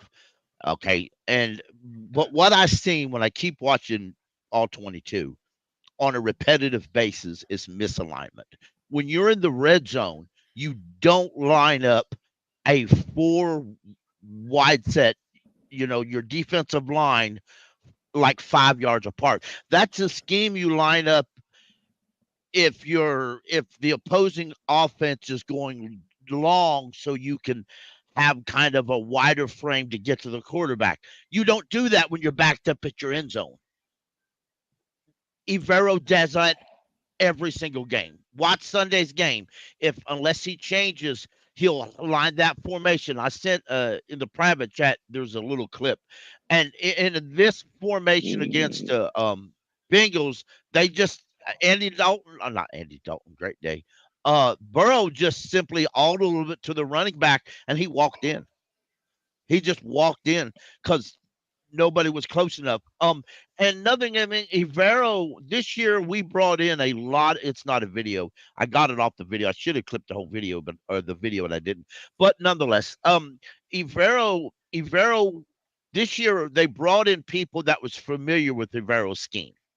Some safeties, some defensive linemen, linebackers. They brought in a whole slew of people that from the Broncos and the Rams that knew Evero's scheme. So there would be less confusion and less teaching. Everybody knew it. And those players that were brought in from the Rams and the Broncos that know Evero's system, they part of the group that sucks worst. There you go. Thank you for saying it, bro. Thank you for saying there's a point when it goes beyond Evero. And something else, and I try to make this a point. If you're rebuilding at the end of this season, because I've never called for Evero to be fired midseason. I just don't see where that doesn't help us right now. Nonetheless, at the end of this year, when Evero came here, he signed a 3-year deal. 1, 2, 3. He's on year 2 of a 3-year deal. So that leaves 1 year left. Now, what sense does it make at the end of this year to keep Evero for 1 year and then rebuild a defense around a system that he's likely going to be gone at the end of that year anyway? It don't make no sense. That's no sense to do that. So that's why I'm pushing this get rid of Evero scheme. And I love Robert Saleh. 100%. Yeah, I would come back to me after you introduce your guests. Yeah, I gotta drive a point. Yeah, but that's my dream hire. Is that's who I want? Because I'm with Pickle now. I miss that 4-3. Every Panthers defense that I've ever been in love with has been a 4-3. And I'm sorry, I'm a fan of the bigger bodies at edge with the hands in the dirt. I'd rather that 4-3 defensive end than a 3-4 outside linebacker. I know a lot of teams do it, but I don't know. To me, I think that I used to worry that there wasn't enough elite talent that big and fast as a 4-3 edge coming out. But you're seeing guys all the time that are coming in and being successful. So I don't worry about that too much anymore. But I would love to have Robert Saleh here in Carolina. I think that would be beautiful. Hey, man, let me welcome in my man, AU Link, back into the free-for-all. AU, how are you, brother? Doing pretty good. Just heard back from my family. They survived the hurricane down there. Yeah, they had to evacuate. Congratulations, that's great, brother. man. And apparently their area, if the hurricane would have went 10 miles south, their house would have been destroyed. Man. Damn. No issues, just a little bit of water. So I'm happy for that. Man. So Praise God. But yes. Mm-hmm. But about this Evero situation that I've been hearing you guys talking about. Talk to me. Salah is fantastic. I would only fire Evero if we can guarantee to get Salah before the end of the season. That's the only way I would want to do that deal, because I agree with everyone else that it would only hurt the team. Yep. But if you could get that, if you get a chance at that, I'd be like, because my wife's from Syria, so she's like, oh yeah, she's like, his name means this. He's Lebanese, blah blah. She was looking at all his bio, and she's like, I like him a lot. I was like, okay. Nice. Yeah. She's like, Brandon, I like the team he's coaching because they're green. I'm like, okay, whatever, babe. I love you, but That's a woman thing. I mean, bless her heart. No offense at all, but that's but also, can we admit this? And I know Twan wanted to go into, but can we admit this though? For all the shit that we have to talk about David Tepper, we like David Tepper in these scenarios, don't we? Because one, you have the connection of Canales to Robert Saleh. They spent a long time with one another. But the Panthers are so bad, you have to have an owner that's going to be able to throw around those big contracts to get a name like Robert Salah to come here. So in that framework, it's good to have a money back owner like David Tepper. Okay. That's a So check this out. We're not going to be the only one that's going to want him. Oh, no doubt. So this is and going to put that out there first. Let's be real, Twine. He might still have some coaching opportunity. Yeah, you know what I'm saying? Like, so let's just, it's good to talk about. But I mean, yes, he's not going to be the only one that's going to want him. But if he comes here, he's pretty much going to have 100% control of what happens on that defense. Which he may I not don't be think able he's to going to get another head coaching opportunity right now. Cole. Not right now. He's not going to get another right head now. coach job right now. Not right now. He's not going to the Giants. He's not going to the Raiders. He's not going to Chicago. I mean, he could possibly go into New Orleans. Possibly. Yeah. So this is my point. This football 101. It doesn't matter, and I'm wondering if Swarm will agree with me on this. It don't matter if we run the 3-4 or the 4-3. I know people like they one or the other, you know what I'm saying? And I'm just driving the older point I'm driving. If you don't have the fucking talent, it doesn't matter what you run. You can run a 5-5-1. I don't care what you run if you don't have the talent. The changing of the defense doesn't do anything for you if you don't have the talent. Guys, we don't have a lot of talent on this team. Does it go back to some of it go back to Tepper and people don't want to play for the Panthers? That's real. It's real. People don't want to come here, man. That's why I feel like we got to do what we got to do through the draft. You know what I'm saying? I mean, you get Robert Saleh here, people are going to want to come to the Panthers. Look, are they? But see, I'm saying to myself, if I was a player Swarm, I'm gonna be dead honest with y'all right now. And I'm a Panthers fan. I would not want to come to Carolina Panthers. No, I hear you. But hold on, Twan. All right, but let's say you're a Travis Hunter, and you see that the Panthers hire Robert Salah as a defensive coordinator. Well, that's the draft. That's the draft. But I'm saying though, like having a defensive guy that people know and trust, like Salah, that helps with free agents. No, if we can get him, that's fine. And that helps with the draft players. But if I may throw here from a defensive perspective, if I may throw this out real go quick, to wherever he get picked at. Right. If you're right, if I may say real quick to something that Twan said is true in a lot of ways, but I look at the Commanders. This past year, everybody was like, I ain't going there. Ain't nobody gonna go there. Dan Quinn went there. And we have two former Panthers who went there just to play for Dan Quinn. They didn't go there for the Commanders. They didn't go there for the contract because they were offered better money here. At least one of them was. They went there to play for Dan Quinn. And look how that turned out for him. And I have to believe. Maybe I just want to believe. I have to believe that if we get Robert Saleh, somebody's going to want to come here with talent. Because I'll be honest with you, if you look at this roster, I said it the other day on Spaces. If you look at this roster, this defensive roster, you might find 3 players on that whole defense that could be a starter on another team. The rest of them probably would be a practice squad, D-list or not on the team at all.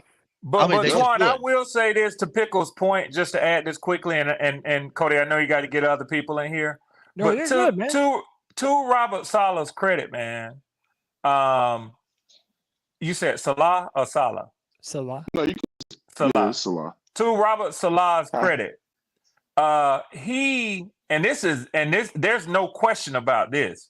He built that Jets defense, man. Absolutely. He built that Jets defense. Right. He picked the groceries and he put them in the scheme. That 3-4 defense, a lot of people talk noise about it. A lot of people applaud it. But if the 3-4 defense, more than any other defense, is predicated on one specific type player in the heart of that defense, you need good linebacker play, yeah. But if you don't have a big hog molly leave that comment up. over that center who will destroy that center and kill a gap. Vita Vea is a perfect example of what you build a 3-4 defensive line off of.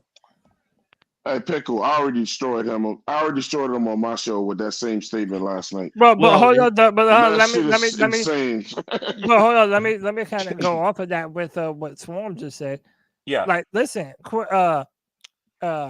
Quentin Johnston, is that his name? Quentin Williams. Quentin Williams. He was one of the best. One of the best defensive tackles that I've ever scouted coming out of Alabama. But he knows how to handle those big bad dudes in the middle of the defense. Man, I think somebody like Derek Brown would be right at home with the coordinator, like Robert Saleh. That's easy for me, man. He's made for a coach like Robert Saleh. Yeah, absolutely. I just want you to think about this, Juan. Who do you think holds more clout when it comes to people want to come play for? Robert? No, I want Saleh. I mean, look, y'all are making it seem like I don't want this guy. I want him. I know, but what I'm saying is the guys, the defense love that guy. They really truly do. Like they try to run through brick walls for him. If you get him here, and I think he does a better job evaluating talent than Evero, because even though Evero lost talent, he was also able to bring in guys that he thought fit his scheme, right? And they have been terrible. We have to put that blame on Evero. I'm not trying to say that the whole team is. You cannot do that. Yes, I can. Yes, I can. Because not if you don't have no talent to work with. You can't do that to him. Listen. I'm talking about evaluating the talent that he wanted here. Yeah.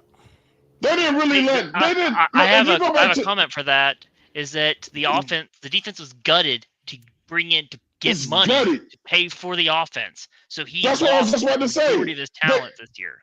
They didn't even they really since everyone been here, how many times have they really let him take picks in them drafts? Well, but hold on though, wasn't Johnson? He wanted DJ Johnson. Yeah, DJ Johnson. That was like he wanted Joe Boy from Florida State. And by the way, DJ Johnson is not going to be starting this Sunday. We'll have 5 picks that year. It's either going to be Lawson or it's going to be Marquise Haynes for the seventh time. It's like what are we doing? DJ Johnson will start because Clowney's going to be out, and Harris or somebody else is going to be on the other side. I would not be shocked if Lawson and Marquise Haynes, neither one are active. They just got there, and Canales said they barely in shape. Right. The only point now, I think maybe the only point that I'm trying to make here is that both of these arguments are the truth, right? Right. They are. You are allowed to blame Evero for one, the continued inability to be able to stop the run over multiple seasons now, and two, the lack of being able to properly evaluate the right defensive players to be able to fit your scheme. I think they also just get a little bit of flack for that as well. But he's also had a ton of injuries, and there hasn't been the best talent throughout the front seven. I was just gonna say that they brought in Josie Jewell, they brought in Nick Scott, they brought in Jordan Fuller, they brought in all these guys that have previously worked with Evero.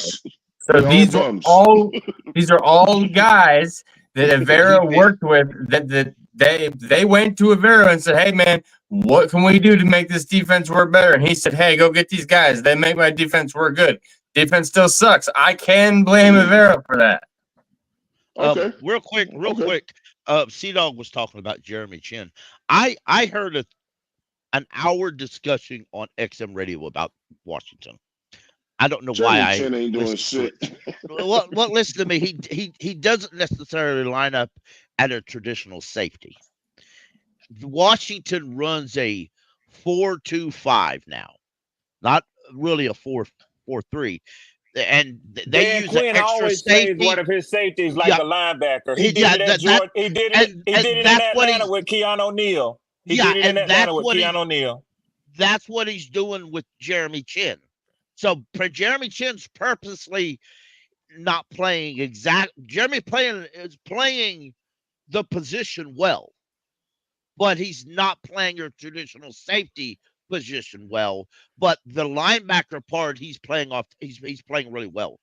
But he's doing exactly what his coach wants him to do. So more power to him. Frankie Louvu, on the other hand, balling. He's balling. But hey, he's where he wants to be too. So shout out to him. Yeah. So I'm gonna say this real quick. The correlation I was trying to put with the Evero and Salah thing was this. I agree, man. If we could get Salah, man, that would be amazing. But the thing is, so y'all saying that they would want to scoop Evero up to the Jets, right? They can have because the Jets have talent, and so Evero's going to look better as a coach with that talent. Now, and then you said Salah, he can draft, and he knows he has an eye, and he knows who to go get and build a defense. That's the correlation with that. Because look, Evero it's probably safe to say he can't look good unless he's got bullies on his team. And he never really had a group of bullies. Whereas if you bring Salah in and the people stand out of the way, hopefully people have learned their lessons and they go, look, bro, you the defensive guru. Who do we need? And get out his way and let him pick. You know what I'm saying? So, well, okay, that will make perfect sense. But the thing is, in the meantime, we're blaming Evero where he's going to fit in perfectly with another team. So it's not him. It's just that he don't got no goons. So let's look at this in context and let's bring Swarm back into this and let's talk about this Atlanta matchup. What are we expecting defensively against Atlanta? Because, man, right now, like Atlanta by far, probably between them and Tampa, look like the most, the hottest offense in the NFC South. Like everything that they sent Kirk Cousins that they wanted him to do in Atlanta, well, that's what he's been doing, man. He's been spreading the ball around. They honored Matt Ryan before the game, and then Kirk Cousins comes in and shatters his passing yard record for the Falcons. So is this just a nightmare for Atlanta just to come in and to spread the ball around and torch us through the air? Or could this be like I don't know. It feels weird even saying like the Panthers being surprisingly good on defense. Hey, Cody, cut the shit. It's gonna be a freak fest. It's gonna be P Diddy. It's gonna be a P Diddy freak fest with all the baby oil. With the baby oil. Come on, man. Come on, bro. It's gonna be a fucking freak fest. I know they're from Atlanta, so I know they got baby oil anyway. Damn, bro, they gonna baby oil the shit out of us. They gonna run out in us. But like, man, I'm just saying though, bro. No, sales are up on baby oil. Sales are up on baby oil. Yeah, bro. I want to know for the panel. Are we gonna force more punts, or are we gonna give up more touchdowns? Well, hold on. Ask that one more time, AU. Are we going to force more punts or give up more touchdowns? We ain't forcing shit. Give up more touchdowns. Well, I got news for you. We're struggling defensively in the same areas that y'all are. We are. Teams are running like crazy on us, and we ain't getting no pressure on nobody's quarterback. So Andy Dalton, I'm gonna tell you, Andy Dalton's going. Andy Dalton, I don't know what the numbers they're projecting for him, but I expect Andy Dalton to give us fits, man, because he's a veteran, older quarterback. Yeah, you know what, Swarm? I said this earlier in the show. I think I said it earlier in the show, and maybe some of y'all missed it. Canales, if we're running real good at the beginning, Canales doesn't stick with it. He just stops and starts throwing intermediately because he just feels like throwing. The guy keeps saying he wants to run the football. He stops whatever he's doing. Even if he's having success at running, he stops and throws that ball. I'm gonna tell you why, Pickle. I'm gonna tell you why. You'll understand it too. When you get down by too many points, you can't keep running it. Yeah, I understand that point. But even in that game the other day, I mean, I saw Chuba Hubbard get some good yardage. When you're averaging as a running back 6 yards a carry, and you stop running the football, and you ain't down. I mean, sometimes the best way to help your offense is to let him sit on the bench for a little while. Yeah, I well, said that backward. I said you're that gonna see a backward. lot of Yeah, that shit. I said that. I said that backward. It's gonna be baby oil everywhere. We could be The best way to help your defense. The best way to help your defense is let him sit on the bench for a while. So let me get Swarm's perspective, and then I'll get everybody in on this. What are we expecting to do to the Falcons defense? And Swarm, you said y'all are giving up a lot of points.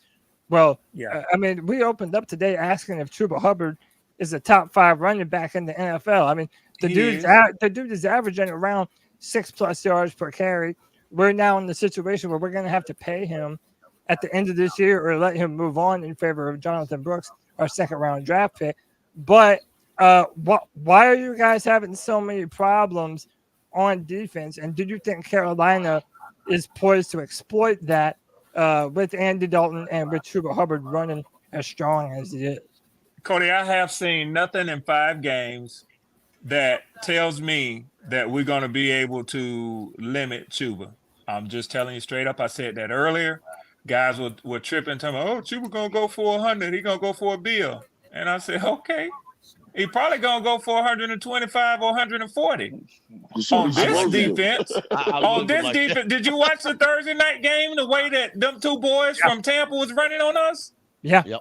And we need to get it fixed. We need to get that shit fixed. Now, I could sit up here and give you 1,000 reasons. Our best linebacker, Troy Anderson, was coming on pretty strong this year. He once this week won defensive player of the week. He was playing good, but this is the 2nd year in a row that he's missing time. He's looking like he's going to be an injury-prone player. So we don't have good cover linebackers. Our secondary play is good. Our secondary play is good. I expected it to be with Jesse Bates and Justin Simmons. Ain't nobody going over the top on us. That ain't happening. We stopped Rashid Shaheed. Ain't nobody going over the top on us. But teams are taking what we're giving up, and we're giving up big yards on the ground. I said it before. I'm going to say it again. I fully expect Chuba to have a big day. The question for me is, will Matthew Judon finally get off that edge and put some pressure on Andy Dalton? I hope if he does, get off the edge. Clowney I doubt Clowney plays. They got him listed as doubtful. Yeah. So I honestly, y'all, I ain't on here pumping my chest, man. Now you asked if I thought this was a trap game. I said I think the veteran leaders on my team know better than that. I don't think Carolina's going to sneak up on us. But I still expect y'all to put it. It sounds like Swarm said it's going to be a high-scoring game. Yeah. It's going to be in the upper 20s or low 30s, Twan. It is. I don't for see both it, man, teams. for us. Bruh, I see people are prognosticating and throwing out these things and giving us a 7 and a 10-point win.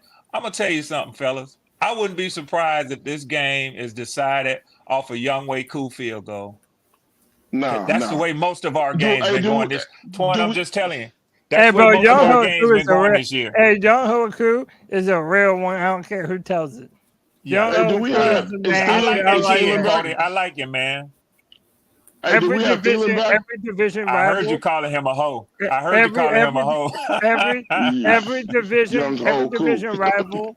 Every division rival has one player that I can respect no matter what. For the Saints, Cam Jordan. How do you not respect him at this point? He old as shit, man. For Tampa Bay, Mike Evans. How do you not respect him at this point, man? And for the Falcons, man, like they've got a lot of dudes like that, but I don't know, man. Like I've been thinking about this matchup, bro, and I'm really, really, really thinking that this might be a shootout. And I agree, Younghoe Koo, he's been more clutch than Eddie Pinheiro, so I do not see it being very outside of the realm of the possibility that it's a walk-off field goal one way or the other. Yeah. And I would trust Younghoe Koo more than I trust Eddie Pinheiro. And that's a damn shame. Stop calling that man a hoe, Cody. Hey, Swarm, check this out. I wasn't even doing it on purpose, but I swear to God. Hey, Swan, one of the number one reasons why I don't feel we will beat y'all is because if Adam Thielen is not on the field, we can't win. That's a big missing piece for y'all. We are missing him, bro. Yeah. Yeah, we are. How about And go ahead. Let me get Anthony back in here. We'll go to you, Pickle. Go ahead. I was just gonna say, how about no Corbett, no Moton, no defense? Like, bro, the Falcons can just run up the middle on us and they'll win easily, man. We catching y'all at a good time. That is a fact, brother. That's a fact. You know, if y'all need if any team in the NFL could use a bye week right now, it's definitely y'all, man. Bro, that's the problem, though, Swarm. That's the problem, though, Swarm. We're picking up a season-ending injury every single game. Exactly. Every single half, to be honest. Every single game. Yeah, if anybody complains out there in Interland complains about how Madden's progressive fatigue is fake. All right, no problem, bro. Shut your mouth, cause Madden's progressive fatigue is real. Look at these NFL rosters. That's all I want to say about that. We're a bad team, man. We're a bad team. We are. Well, Hey, we are. no But we depth, just gotta face no it. depth Yeah. every year. Yeah. It's the same issue. but No depth every year. always I keeps mean, coming- we it keeps coming don't back to have this argument, bro. we don't have depth because of mistakes were made 5 years ago, 6 years ago. That was never fixed. And when you keep making the same mistakes, eventually, I mean, if you might have the strongest head in the world, you keep smacking that head up against a brick wall, eventually you're gonna knock yourself out. Yep. And that's exactly what we've done. We keep hitting that head against that brick wall, and eventually we're gonna knock ourselves out. Owners picking quarterbacks we've been a shit show for the last 7 years, bro. Yeah, I feel for y'all, man. I feel for the people. Yeah. I mean, I feel for all of us, for real. But like for me, I'm just kind of like, I've accepted the misery at this point, really. But like, let me keep it real. The Falcons are probably gonna win somewhere around like 27-17. Honestly, we just got too many injuries, bro. Like it's just as simple as that. Honestly. It's the fucking like you look at our hospitals, roster, bro. Yeah, they're like, yeah, bro. Like, I mean, you know, the Cleveland Browns. I haven't heard the Cleveland Browns actually have more injuries than we got. They should call us the Carolina Urgent Cares. Yeah, By the way, the Browns are also like 1-4. Yeah, the Carolina Patients. Exactly. But There's gonna be like Andrew 5 Berry teams actually with 1 drafted win. solid depth pieces. The Carolina Surgeries. Andrew Berry from the Browns drafted some solid depth though. That's why like their roster's only bad because of one reason. But like us, it's just like, dude, I don't know. I can't name you. Clowney's out now too this week. Like, right? I don't know. You know, shout out, and I'm going to say this, and then I'm going to get off here. I got some things at home I got to do, but I just want to say this real quick. Shout out! Just when you think David Tepper is the worst owner in the league, the Browns and the Jets say, "Hold my beer." I mean, they just do. They just do. I mean, Deshaun Watson is the starting quarterback because the Browns owner says he is. That's the worst contract ever. Kevin Stefanski will likely be fired at the end of this year because of the decision made. Because Watson will probably still be there because the Browns owner says he is. Shit, they owe him too much money. and the Jets owner, he's just a jackass. So that's just all I'm gonna say. I don't even before you whenever you let a player run your team, you're in trouble. Yeah, you in trouble. Pickle, before you go, give me your final score, your player of the game, and who wins. My final score is 33-10. That sounds about right. That sounds about right. And my player of the game is Kirk Cousins. I think he'll light our ass. Show off that awesome shirt, Pickle. Yeah, the shirt says, "Shut the hell up." Yes, sir. Yes, sir. Who's gonna score? Who's gonna score that touchdown for us? Ian Thomas. There you go. I said Ian Thomas. Chuba. Dude, the smart money has to be on Ian Thomas, right? Bryce Young. Bryce Young's gonna score. But Pickle, get out of here, Pickle. Hey, Pickle, can I tell you He's something? He's gonna run that bitch all the way No, in there. take your ass to bed, Pickle. Nobody wants to hear that shit. Hold up. I want to tell Pickle something real quick before you leave, though. So what's going to be the Panthers thing that we do? We always do the Panthers thing. So what do you think we're going to do with Chuba Hubbard when the season's over? Oh, I think we're going to let him walk. We're going to let him walk. Just let him walk.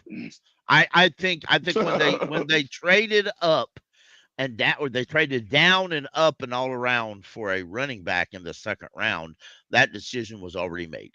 That's not how you win. And that you said the Panther thing to do, and they did it. You developed this man. This is one of the only players that we actually developed. You're right. And you're gonna let him walk. I wanna expressly say I want to be wrong. I like Chuba Hubbard. If it was up to me, I would re-sign him and just go with the flow. Just pay him. It ain't up to me. It's absolutely not up to me. Well, just put yourself in Chuba's shoes. Would you resign? I wouldn't. I don't know that I would be back. That's true. That's true, bro. He might not want to fucking come back. If I'm Frankie Lubu didn't. Well, we can offer him the most money though. Well, I think we offered him the same amount of money. He just it's like Practical Queens. We offered him the same amount of money. They just went to a different team because they wanted to go. I think the team that you leave in can offer you more money than another team that wants you. But it might be his saving grace to go somewhere else, bro. So I just don't want him to end up. I don't want him to leave. I do not want him to leave. I don't want him to go anywhere in the NFC South, and I do not want him to go to the Cowboys. Oh hell! Nah, I just don't want Cowboys. That's go why to Denver. Go to Denver. Don't go to Cowboys. That's why I've been saying we need to trade him before week 7 if we're not going to re-sign him. Like if we're not going to sign him to a big deal, we need to trade him. And ultimately, I agree with that too. I want to keep Chuba, but if we're going to lose out on him, get some value. It just sucks that it's only going to be like a late round pick. You know what I mean? Like we really have no expensive assets right now whatsoever, and no leverage when it comes up contract time. We don't have any leverage. The only thing we can say is tenure. You've been here for a while. Why not stick around? Yeah. That would have to be. Canales would have to believe in Canales to stay here. That's the only reason why I would see him stand there. Bro, he's not going to stay here, man. He's not. Like, bro, this is year 5. He's been through 3 crap regimes, and there ain't no way nobody's convincing him to sit through another rebuild, man. I'm sorry. Like, but this is what you drafted Jonathan Brooks for, though. Yeah, like, that's what I'm trying to say. Even though it was a stupid move, you got to stick by it and just play Jonathan Brooks. That's just the honest truth. But if Canales is saying he's gonna do what he wants to do, we need a 2-back system. We need 2 really good backs, not just one and a drop off. Yes, but that's what I'm saying, Twan. I don't think Canales is it. I don't think he wants to do what he was preaching to the media about. It's pretty evident he wants to throw the ball, man. Yeah, I agree. I agree to that. He talks the talk, but he don't walk the walk. You know, I mean, he like that girl that tells you, like that boss guy rather, that tells you just keep doing what you're doing, and I'm gonna pay you. You just keep what you're doing. About 5 years down the road, you keep doing what you're doing, I'm gonna pay you. 20 years down the road, you just keep doing what you do, I'm gonna pay you. If you ain't woke up after you ain't no use wake up, because that's what he's doing. He talks the talk, but he now granted like folks said earlier in the chat, I got to shout him out, that it's his rookie year. He owned up to it this week.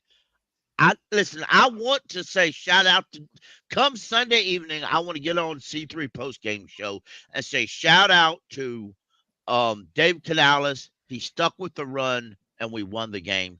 I just don't believe he's going to do that. And I don't think we will. It's just I hope I'm wrong, but I'm telling y'all from experience. He runs the ball a lot in the first half, but when you're down 20. Time is not on your side, bro. You can't keep running it. If you helped build the team the way you build it, then that's not still on you anyway. You got to go to the air. You not walk in there and know this is like this. The worst thing I'm gonna say this, then I'm gonna hear. The very worst thing an organization can do is to steal from one side to fix the other side. That's the worst thing you could ever do when you're building a team. The worst thing, if your one area is great and you lose a player because he goes to free agency, fine. Don't literally rip stars off one side just to fix the other side. Now you got two places that are bad. Now your offense sucks or is barely comparable, and your defense sucks. You traded all the pieces away to get midget man quarterback, and now you still need another quarterback. I still think the offense is straight. When we get Thielen back, and I still think the offense is straight. They can put up points. We just can't stop nobody. Everybody gets healthy. My only problem with the offense is I don't know how long Andy gonna last. Bless his heart. Yeah, I tell you, one of my problems with the offense. I don't want to see Jonathan motherfucking Mingo another day in my life. I'll tell you that for sure. Well, you going? I don't want to see him another day in my life. You gonna? I'm tired of him, man. I'm tired of him. How long do we have to wait for this dude to show even a spark in our offense? And the dude just doesn't, man. Doesn't have. They don't have no play. Hey, Cody, they don't have no plays for him. He's slow out of the break. It's like, dude, and is dropping plays in key moments. I'm sorry, dude. I'm done with Jonathan Mingo, bro. Like, bro, this is it's ass, man. Let me welcome in my brother from another mother, Strats, back on the free for all, dude. What's up, man? Yeah, what's up? Chilling, man. What's How up, you been? Strats? Y'all have a good. I'm out. All right, Pickle. Have a great What's up, night, Strats? See you later, Pickle. What's up, Strats? Cody said Mingo was cheeks. Yeah, am I wrong? Hey, somebody come out here, and I'm being serious. Tell me in good faith that I am being unfair to Jonathan Mingo. I told y'all when we got him, I said, Cody, look at his highlight tape. Even in his highlight tape, he wasn't getting any separation.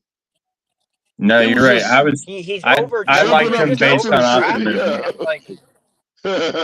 He was overdrafted. Like every receiver drafted after him has an actual career in the NFL now. But they listened to Steve Smith, and he got out of that trap. Yeah, stop listening to Steve fucking Smith. That's what I'm saying. But go ahead.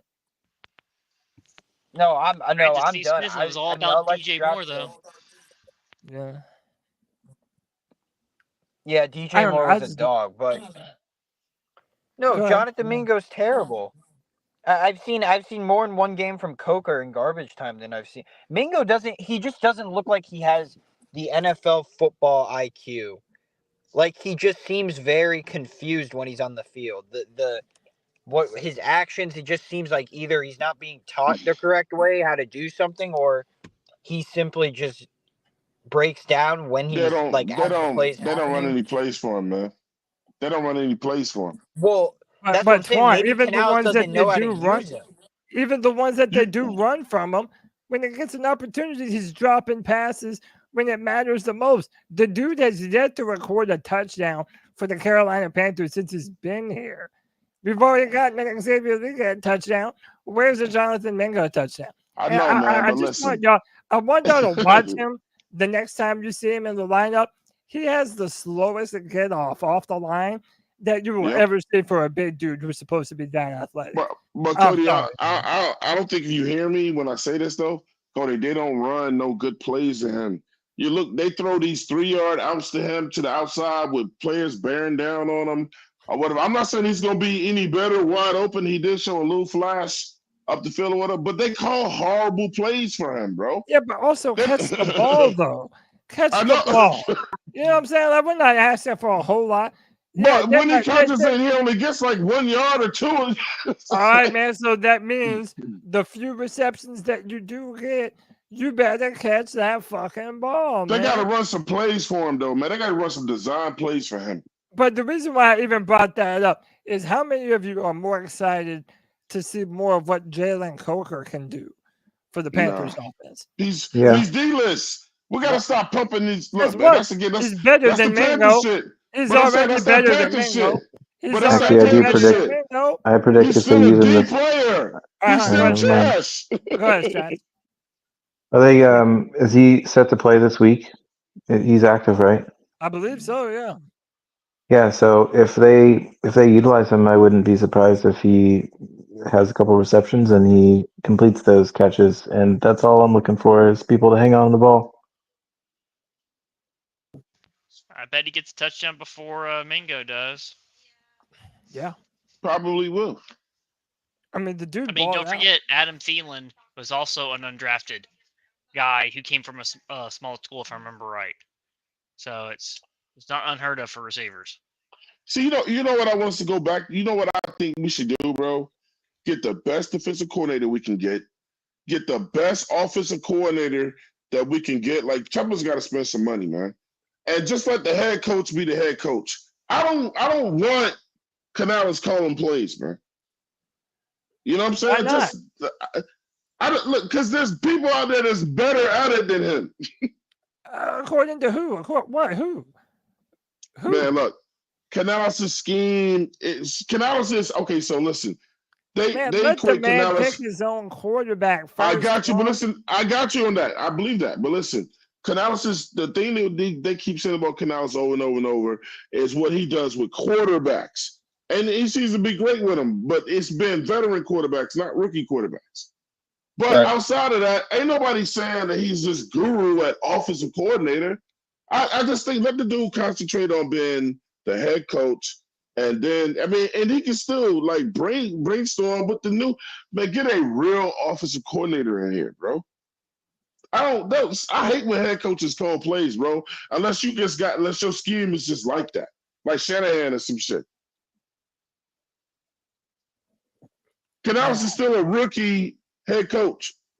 Yeah, but again, though, this is his first year in the NFL. He had to learn in real time that the guy that he was brought here to turn around was further behind the line than he originally thought. You know, it's like I feel like you saw with Andy Dalton under center with good protection what his scheme can be and how he intends to run this offense. And I like what I saw. And I felt like if he had some better game management and ran the ball more like he said that he was going to against Chicago, then I feel like we're in that game more than people thought we were going to be. So give him some more time. And my last thing, I'm not trying to have an entire draft conversation right now, but I will say this. I believe that the Panthers should go best player available. That might be a quarterback. Hey, trade back. It might not be a quarterback. And you said trade back, Twan, that we have to be in a position to draft a player that a team is willing to trade up for that the Panthers wouldn't want themselves. So we don't even know if that's going to be a possibility. I'm saying no matter where we land, draft the best player available. Yes, but just if it's a quarterback, you just got to do that. Yeah, sometimes you just got to do that. If it's a quarterback, all I'm saying is do not let the whole, we ruined Bryce Young, so no point in ruining another quarterback. No, don't judge a man based on what another man in the past couldn't do.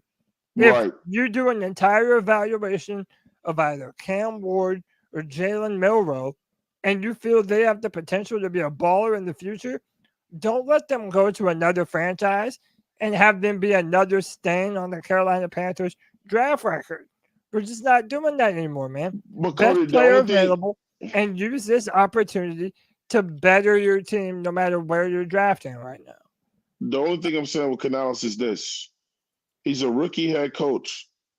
Maybe it's just too much on his plate, man. How many rookie head coaches do you know come in?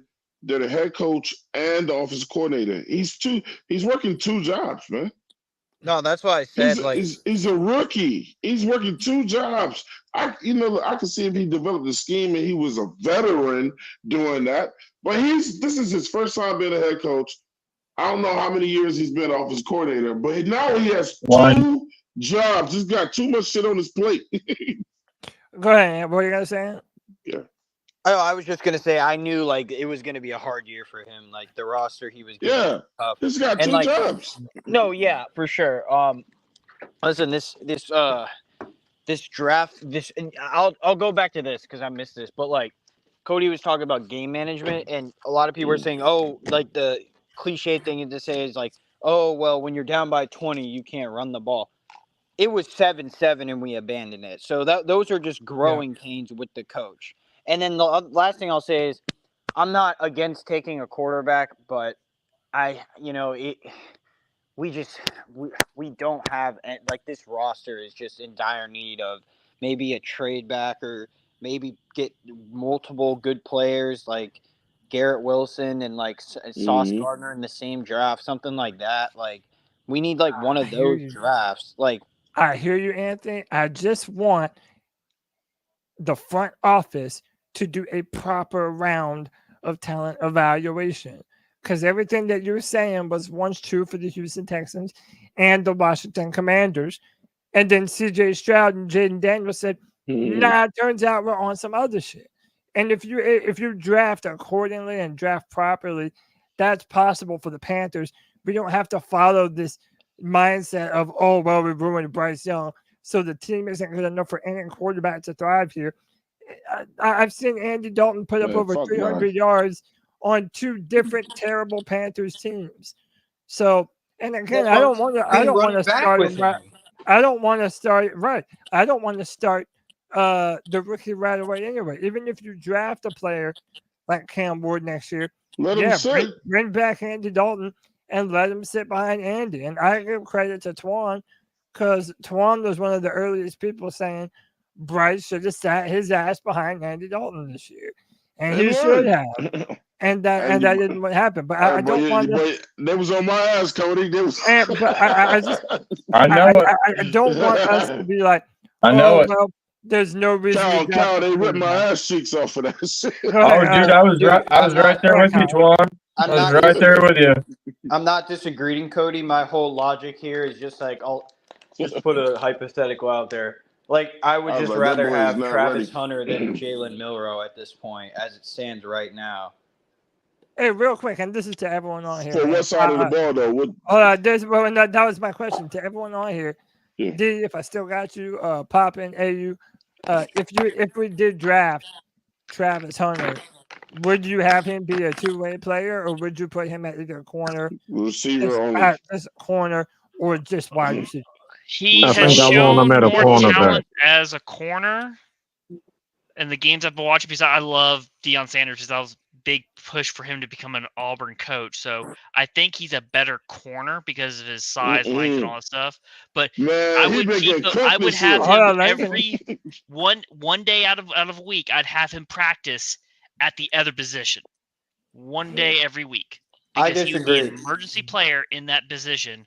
Or if you need a jumbo package or whatever package, he would still practice at both positions, but he'd play 80% of the time in one bill. And I say defense, granted, because our defense needs that more help than receiver. I think we have some receivers that are coming up and coming and doing some good job. Corner, we got JC Horn.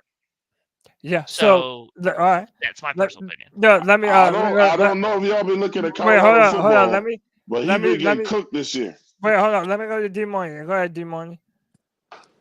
I would like to bring him in as a corner, but I want packages for him at receiver, and I want him returning kicks. He's too skilled of a guy not to take advantage of the whole skill set, but we know with as many snaps as this guy takes, if we tried to run him both ways, he'd be done by week 7 every year. So what I would prefer Have him at corner, especially because we need secondary help for the most part. And then when we have an opportunity to exploit with him on the offense, yes, I would love it. But Hey, I listen. just don't see how he could physically hold up trying to run both ways, truthfully. He's not. D money. You my man, right? You my man. 50 grand. Yeah. I watched every Colorado game this year. He is getting absolutely cooked playing quarterback, bro. They cooking him this year, bro. He ain't stopping nobody. Yeah. I don't know about all that. He's making impactful plays on defense, like the fumble. He's around the ball. He saved that one this year. game. He used to single-handedly save that one game against Baylor. He single-handedly won that game for him. Yeah. With that, we knocked the ball out, mainly because they got a fumble. But I watched every game this year. He's getting, man, on the offensive side of the ball, he's killing. But he's getting cooked.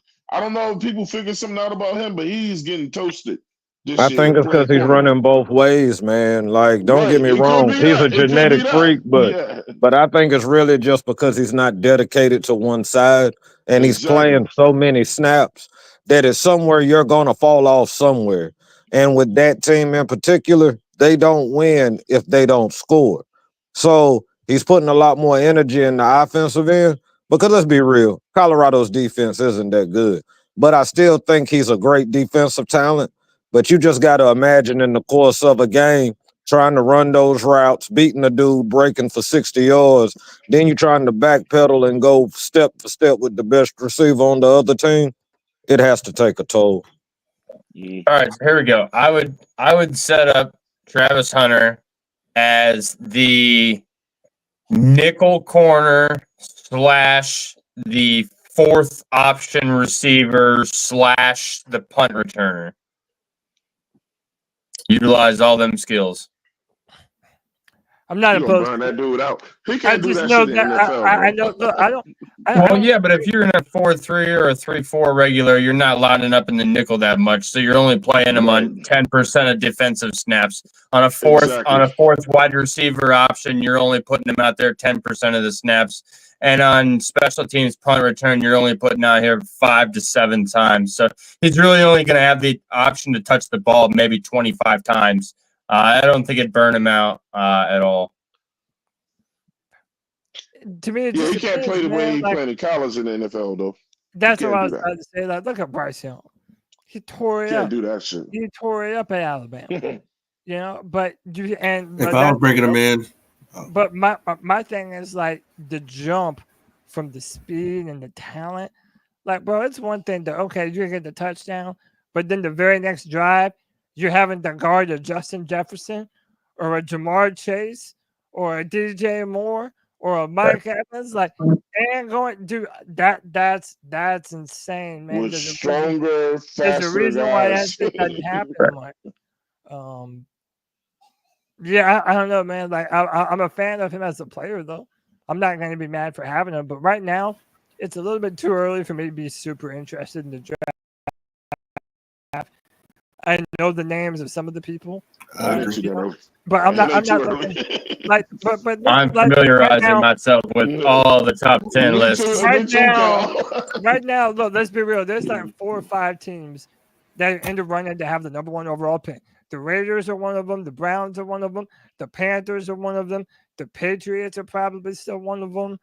You know what I'm saying? Like, there's a lot of football left to be played, and we just have no idea how they're going to evaluate the quarterbacks.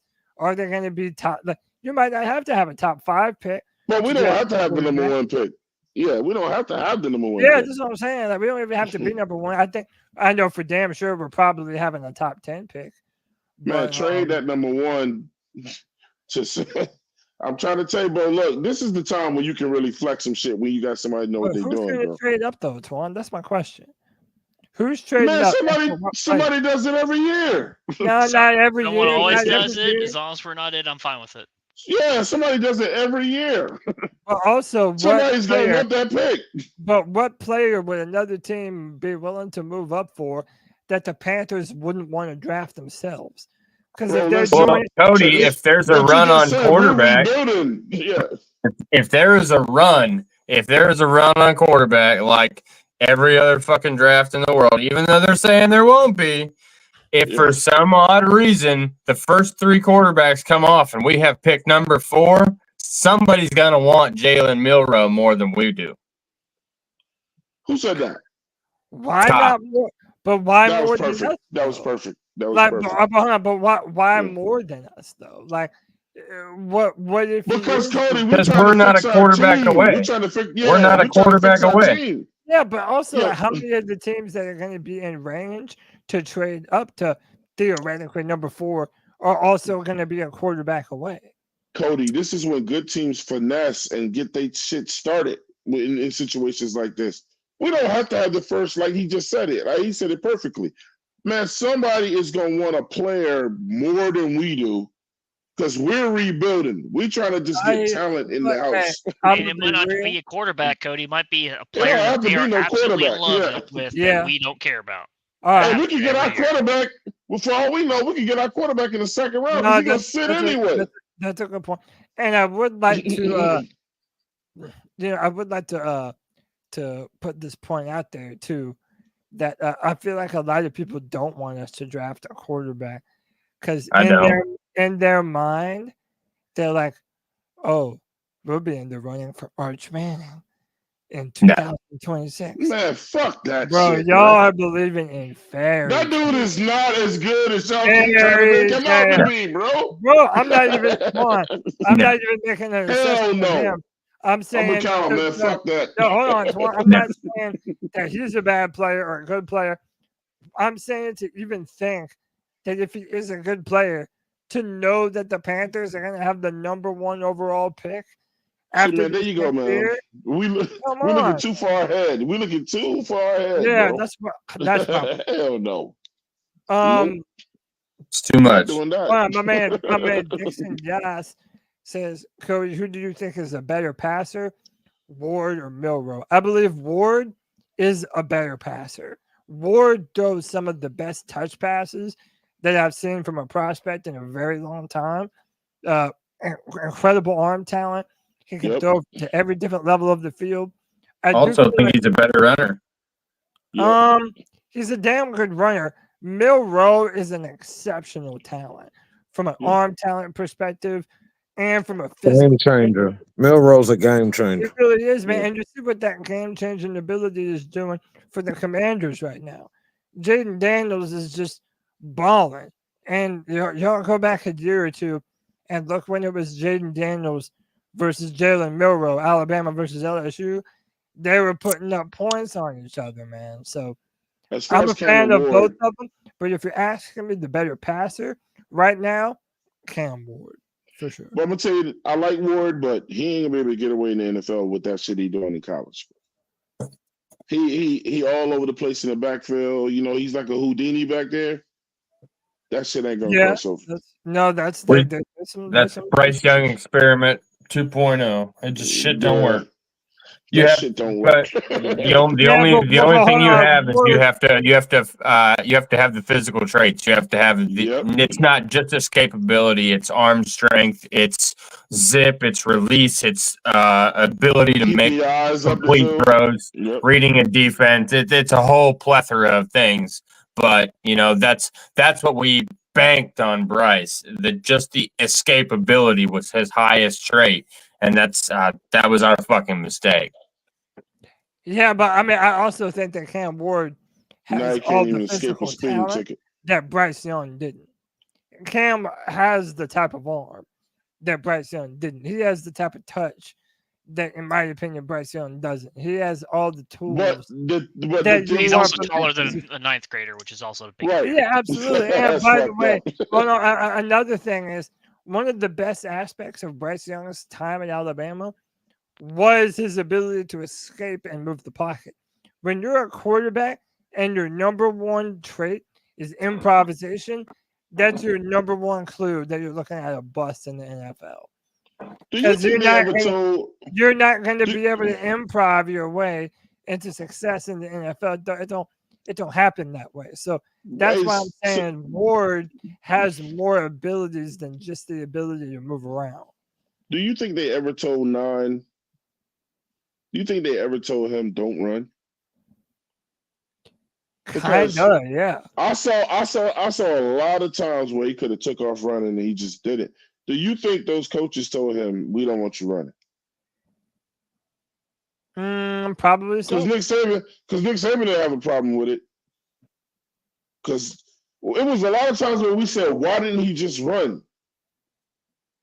I think the coaches are telling him to not run.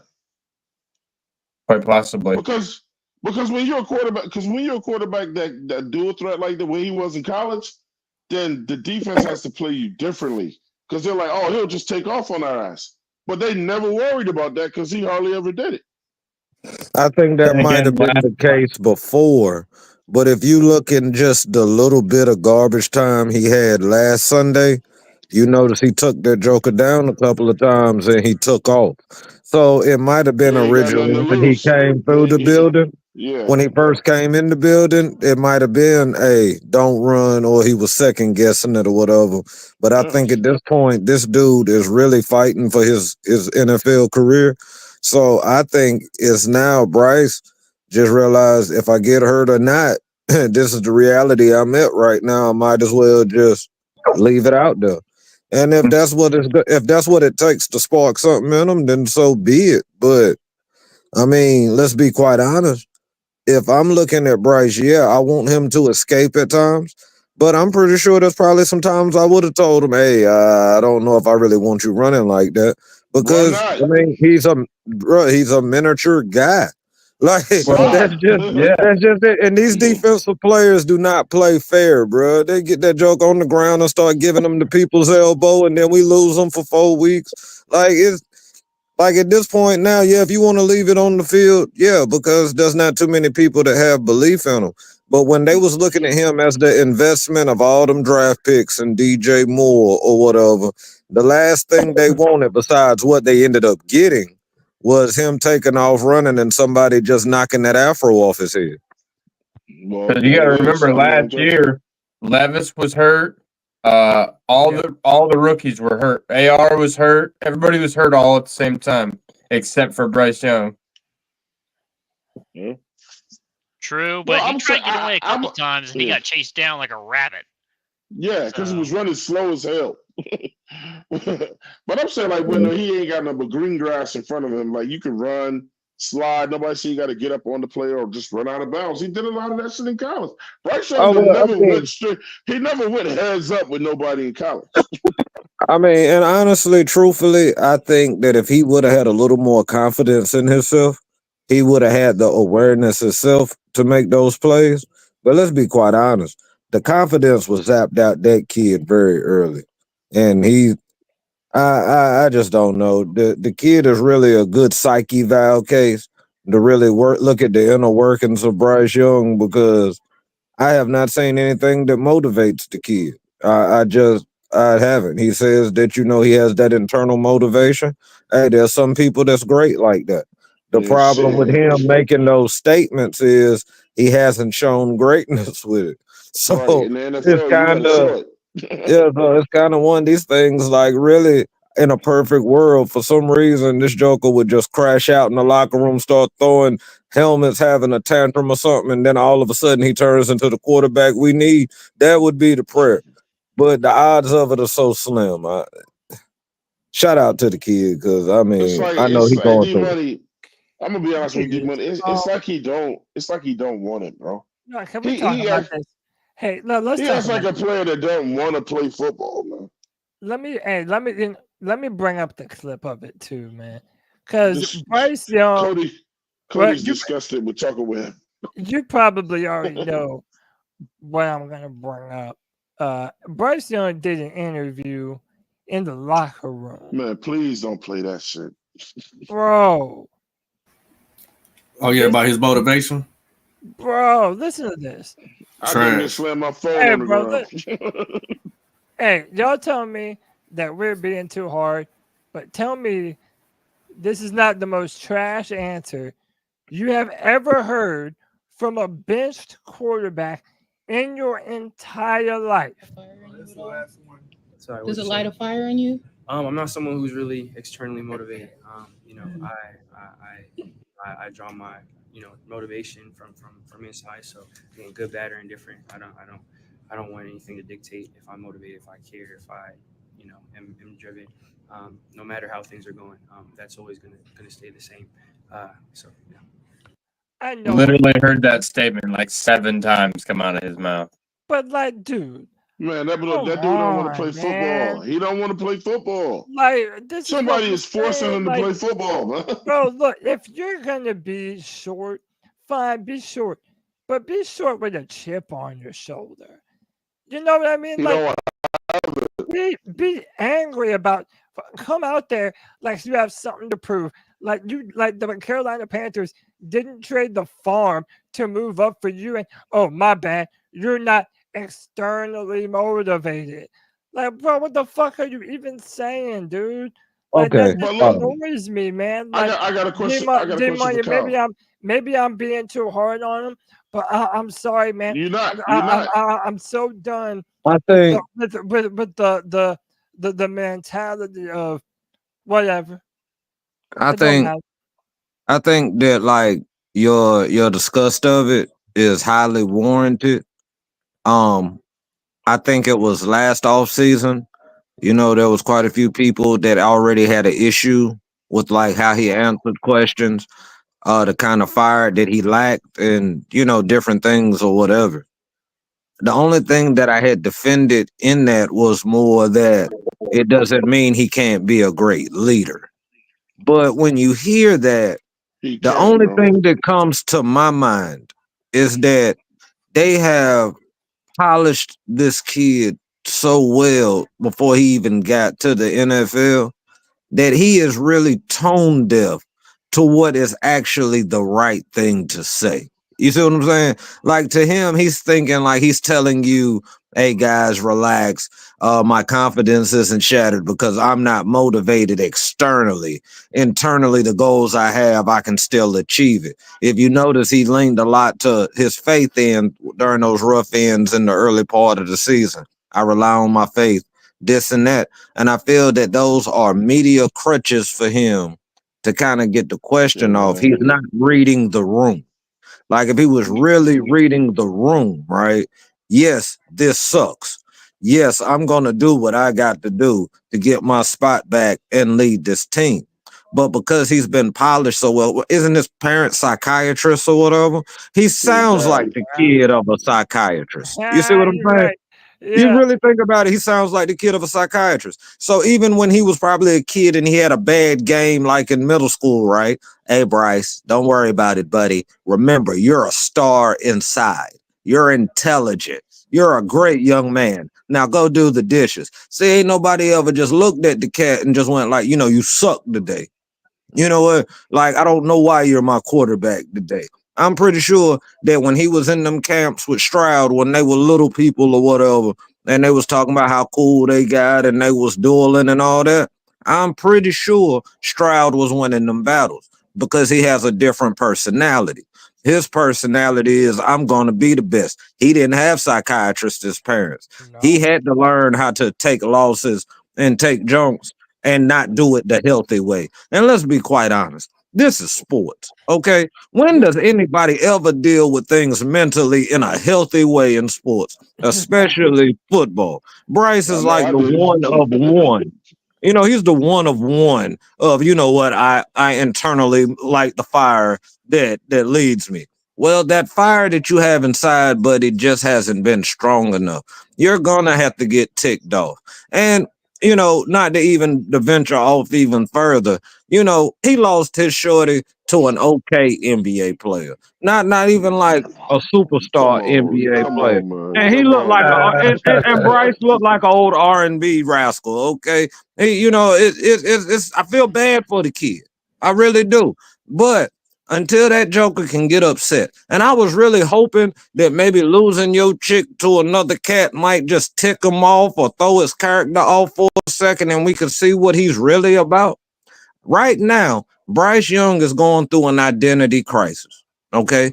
He's going through the spoiled child syndrome. All right. From a little fella till now, Bryce has been great. He's been on great teams. They've had success.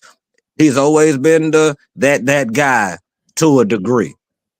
But now he's been punched in the face. He's been slammed in the dirt. You have people in the media talking junk about the man every time they turn around, right? You know the guy's seeing the stuff, hearing the stuff. He's so polished, he's making it seem like he isn't. This kid has been torn down, fractured, burnt down, gave up on, and everything else. And until he actually comes to the reality of himself, that like, look, I got to do more. This sucks. I don't like this. He's trying to be too cool in a situation that you don't need to be cool. And that leads to the fact of me saying being tone deaf. He's thinking he's saying the right thing. And like David Tepper might have liked early on the things he was saying. The other people ate up what he was saying. But then when you don't lay something on the table that's viable, it's screw what you were saying. So let's say Bryce would have had a better record and Bryce was showing flashes that he could be a great player, right?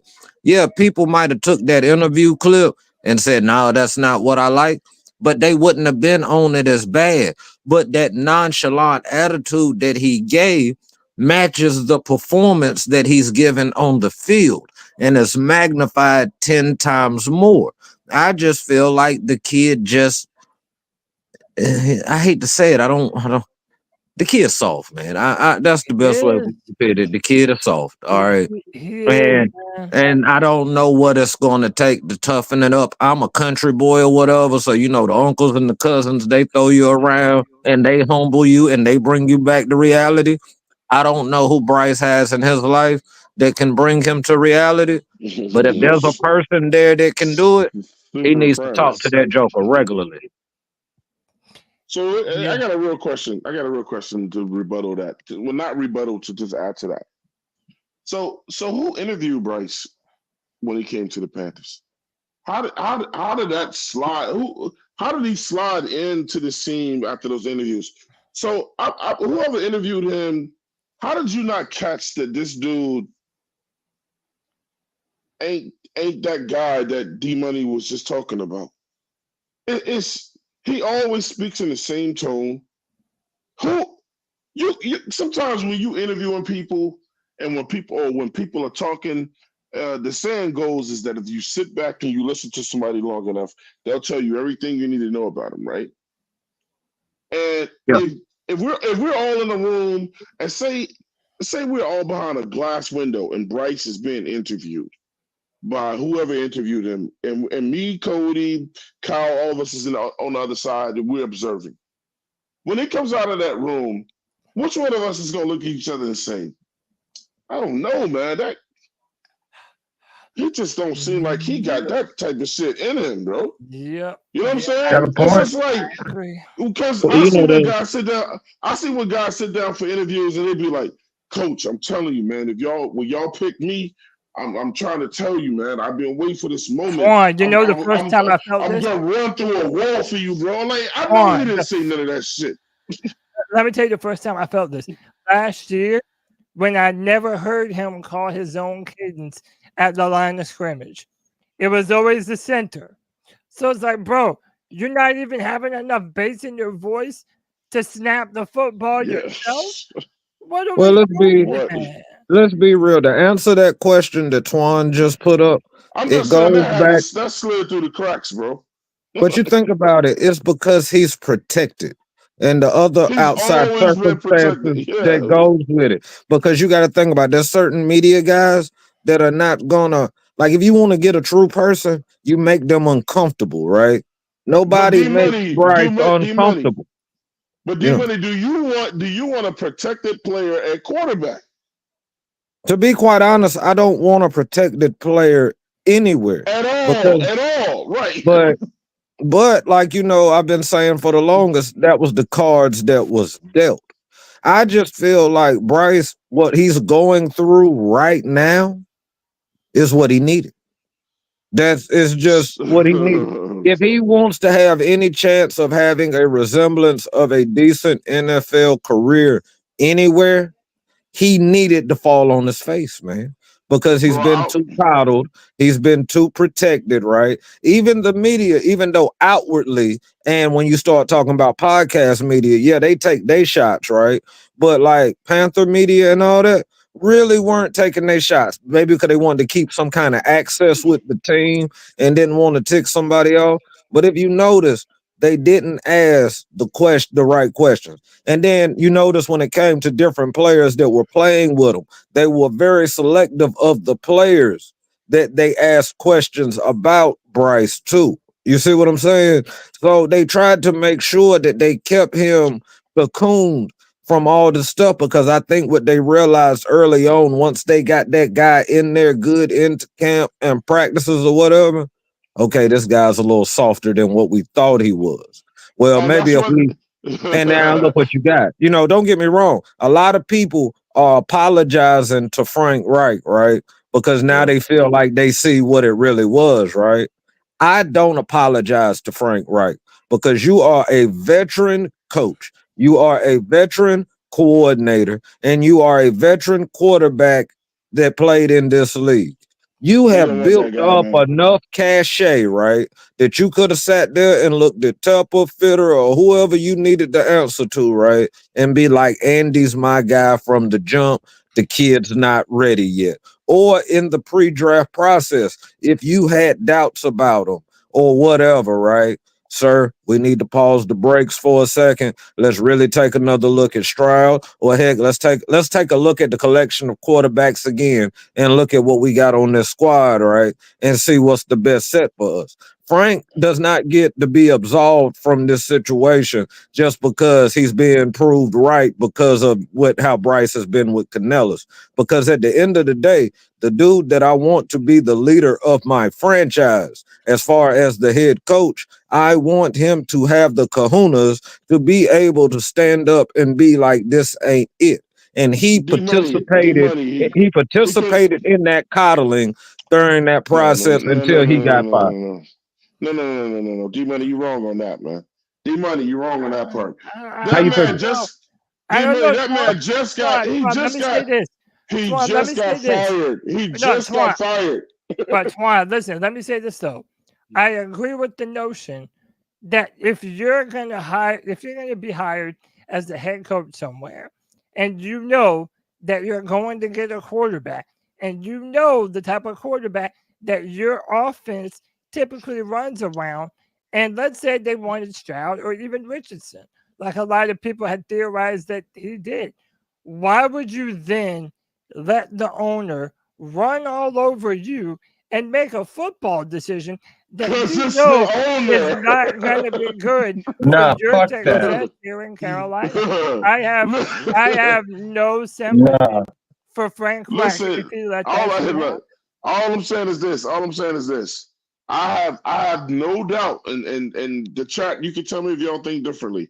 I have no doubt that when they hired that man, that Tepper or whoever told him, he knew coming over that he wasn't going to be able to do that. And the thing was, this man just got fired and replaced by Jeff Saturday, who's working on ESPN. I think he knew coming over there that they told him, look, we probably going to go with that Bryce guy or whatever. Because look, Tepper already made up his mind anyway. So usually when you're a new coach, they don't want to come in, Bogart and shit. And for coaches that really would have stood up to Tepper, he didn't want them, or they didn't want to come here. Wright just got fired. How much grief did y'all think he was gonna give him? He was mad as hell, man. We saw on draft night walking around like, man, I did not want to pick Bryce. This was not my pick, or whatever. Tepper did that shit, and we can go back to the other thing with Bryce, man. Just to make that real quick. Like, if I'm on the side of that glass, I'd have looked at Cal and I'd have been like, Cal, hell no, man. This dude is missing something, bro. That's my thing. Like, how are you, David Tepper? With Bryce. Like, how are you, David Tepper, and you go to Stroud's and Bryce Young's pro days, and you go see them throw, and you've watched you've heard the scouting reports, you've obviously turned on the fucking bowl games, like the casual fan watches the college football bowl game, Alabama, Georgia. The casual will watch that, so like, there's no reason that you didn't see both of those quarterbacks and not know that if Because you you're don't know like Frank football. Reich, for example, you were a former quarterback. If you could not tell me that you could walk in a room and not know which one was better, like, come on. Because David Tepper don't know sport. He don't know football. He don't know fucking football. He's a tyrant. He took that man's pick away from him. So look, man, we have officially reached the third hour of the C3 Friday free for all, man. This is It's only 2 hours and 59 minutes, man. I mean, hey. Okay, man, now it's but 3. it's going to end up I actually have something to say about the Bryce Young thing since I'm from the state of Alabama. And Yeah, I've go ahead. been to Auburn. And then I've we're been to an gonna get Alabama-Auburn everybody's game. Nick Saban is the master of making a bad quarterback look good. A.J. McCarron. Tua was a very good quarterback, but he was injury prone. Jalen Hurts.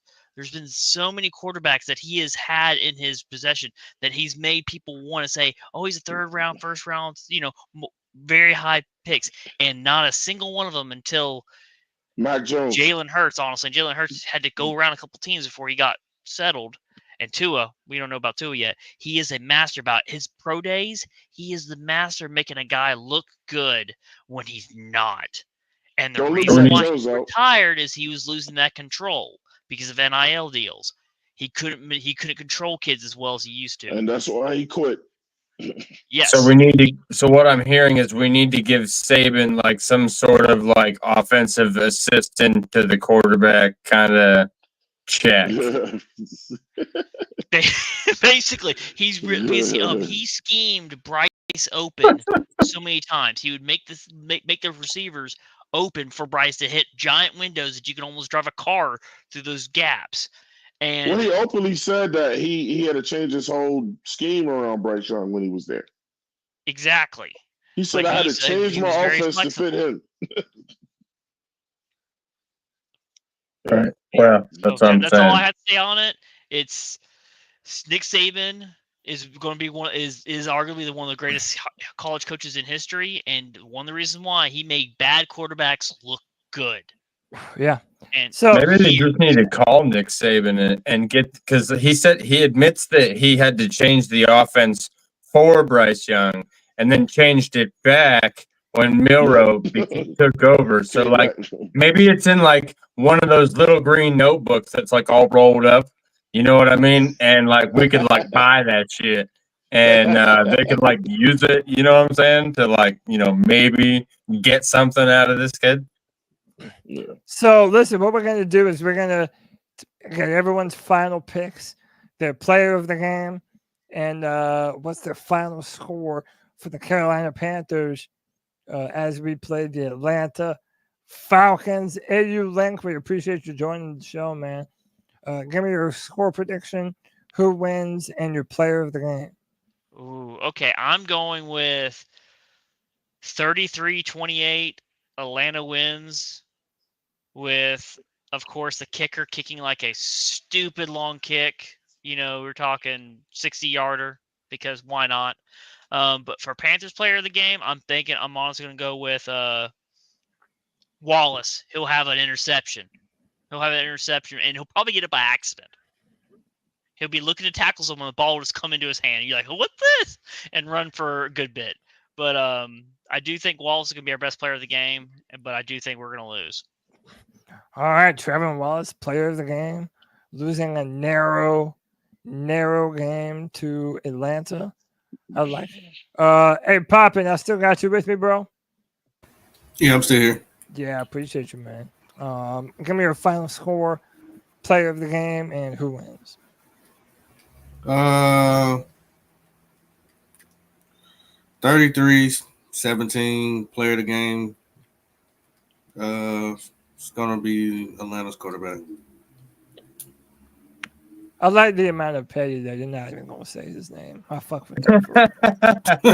I fuck with that heavy. I fuck with that heavy. I'm not gonna lie to you, man. No, I that's not a bad prediction though at all. Hey, but man, shout out your content. Tell them where they can find you, Pop. You can catch me on the Black Cat Panther Podcast. We've been known to be the Bryce Young haters. The day we drafted them, we just said we're gonna lose. And it's been so far. Our prediction has been pretty right, but we struggling with the rest of y'all Panther fans. We want to win just like y'all do. We don't know what this organization is doing. So y'all just keep pounding. Keep pounding, man. Y'all check out the Black Cat Panther Podcast on YouTube. Appreciate you popping. Next up, I'm gonna go to my man Twan Don, the bad guy. Catch him at the 704 Charlotte Bound Show. Mm-hmm. Twan, who's your player of the game, final score, and who wins? Player of the game for me is Chuba Hubbard. I think he's on a mission this year. Score 38-13. Falcons. All right. Not a bad one. Not a bad one. I appreciate you. Anything you want to shout out, Twan? Oh, man, I'm founder of the 704 Charlotte Bound Show. Check us out. Running a lot more shows now. I was just so hoping, man, we was going to be able to just, everybody, for all the podcasters, it felt so good to be able to talk about a win. I thought we was going to see a lot more of those this year, at least 5 or 6 of them. But back to our usual scheduled content of negativity. At least we're used to it, huh? Damn. So we got to the airport and they said, your flight is already left. Damn. All right, Twan, you know we appreciate you, brother. Let me go to my man Kyle, 910 Kyle, Charlotte Sports 1. Kyle, you know we always appreciate you on the free for all, brother. You're a staple of this thing. Tell me your who's gonna win, what's the final score, and who is the player of the game? Well, as much as I hate the Falcons, I think they're going to win, and I think they're going to win by 2 touchdowns. So I'm going to say, give me 31. Give me 31-14. 31-14? Yeah, and my player of the game is going to be Bijan. Bijan having a big day. Bounce back. Unfortunately. I forgot about him. Yeah, man. Yeah, man. I wish we could fight their Texas running back with our Texas running back. But yeah, that's not going to happen. Nope. No. Not until the next time we play them. No. My man D Money, are you still with me, brother? Yo. Hey, D, look, man. There's no Before more D Money gets started. Don't do look, it, D. Look. Don't do it. Diesel Skills jumped off the pile a little early, as he's allowed to do. Panther Pickle jumped off the pile a little early, as he's allowed to do. So that means I'm gonna let you close it out, D. I think you're the man for the job. I'll do my best. Yes, sir. And definitely the man for the job. Before you do, first off, let me hear your prediction. Who's gonna win? What's the score? And your player of the game, and then we're gonna get on up out of here, brother. All right. So I got the Carolina Panthers 24 to the Atlanta Falcons 21. Yeah.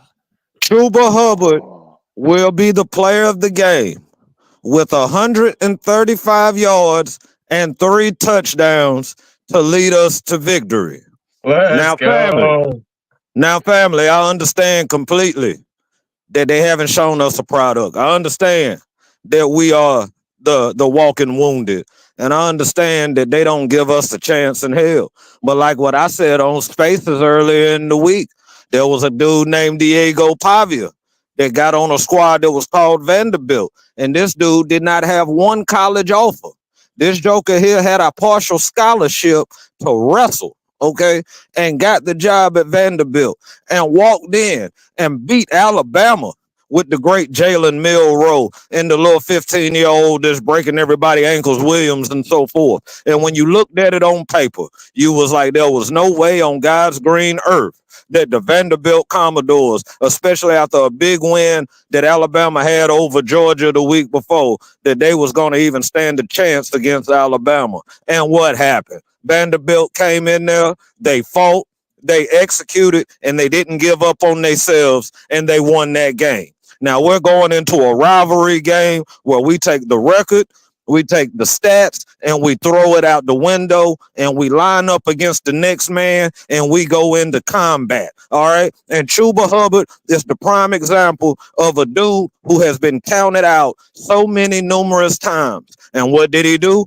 He kept working. He put his head down. He followed the process. And now look what kind of work. And that stuff is contagious. So I can't wait to get on the call on Sunday for the post game to celebrate the Panthers. And as always, baby, keep pounding. Keep pounding, C3.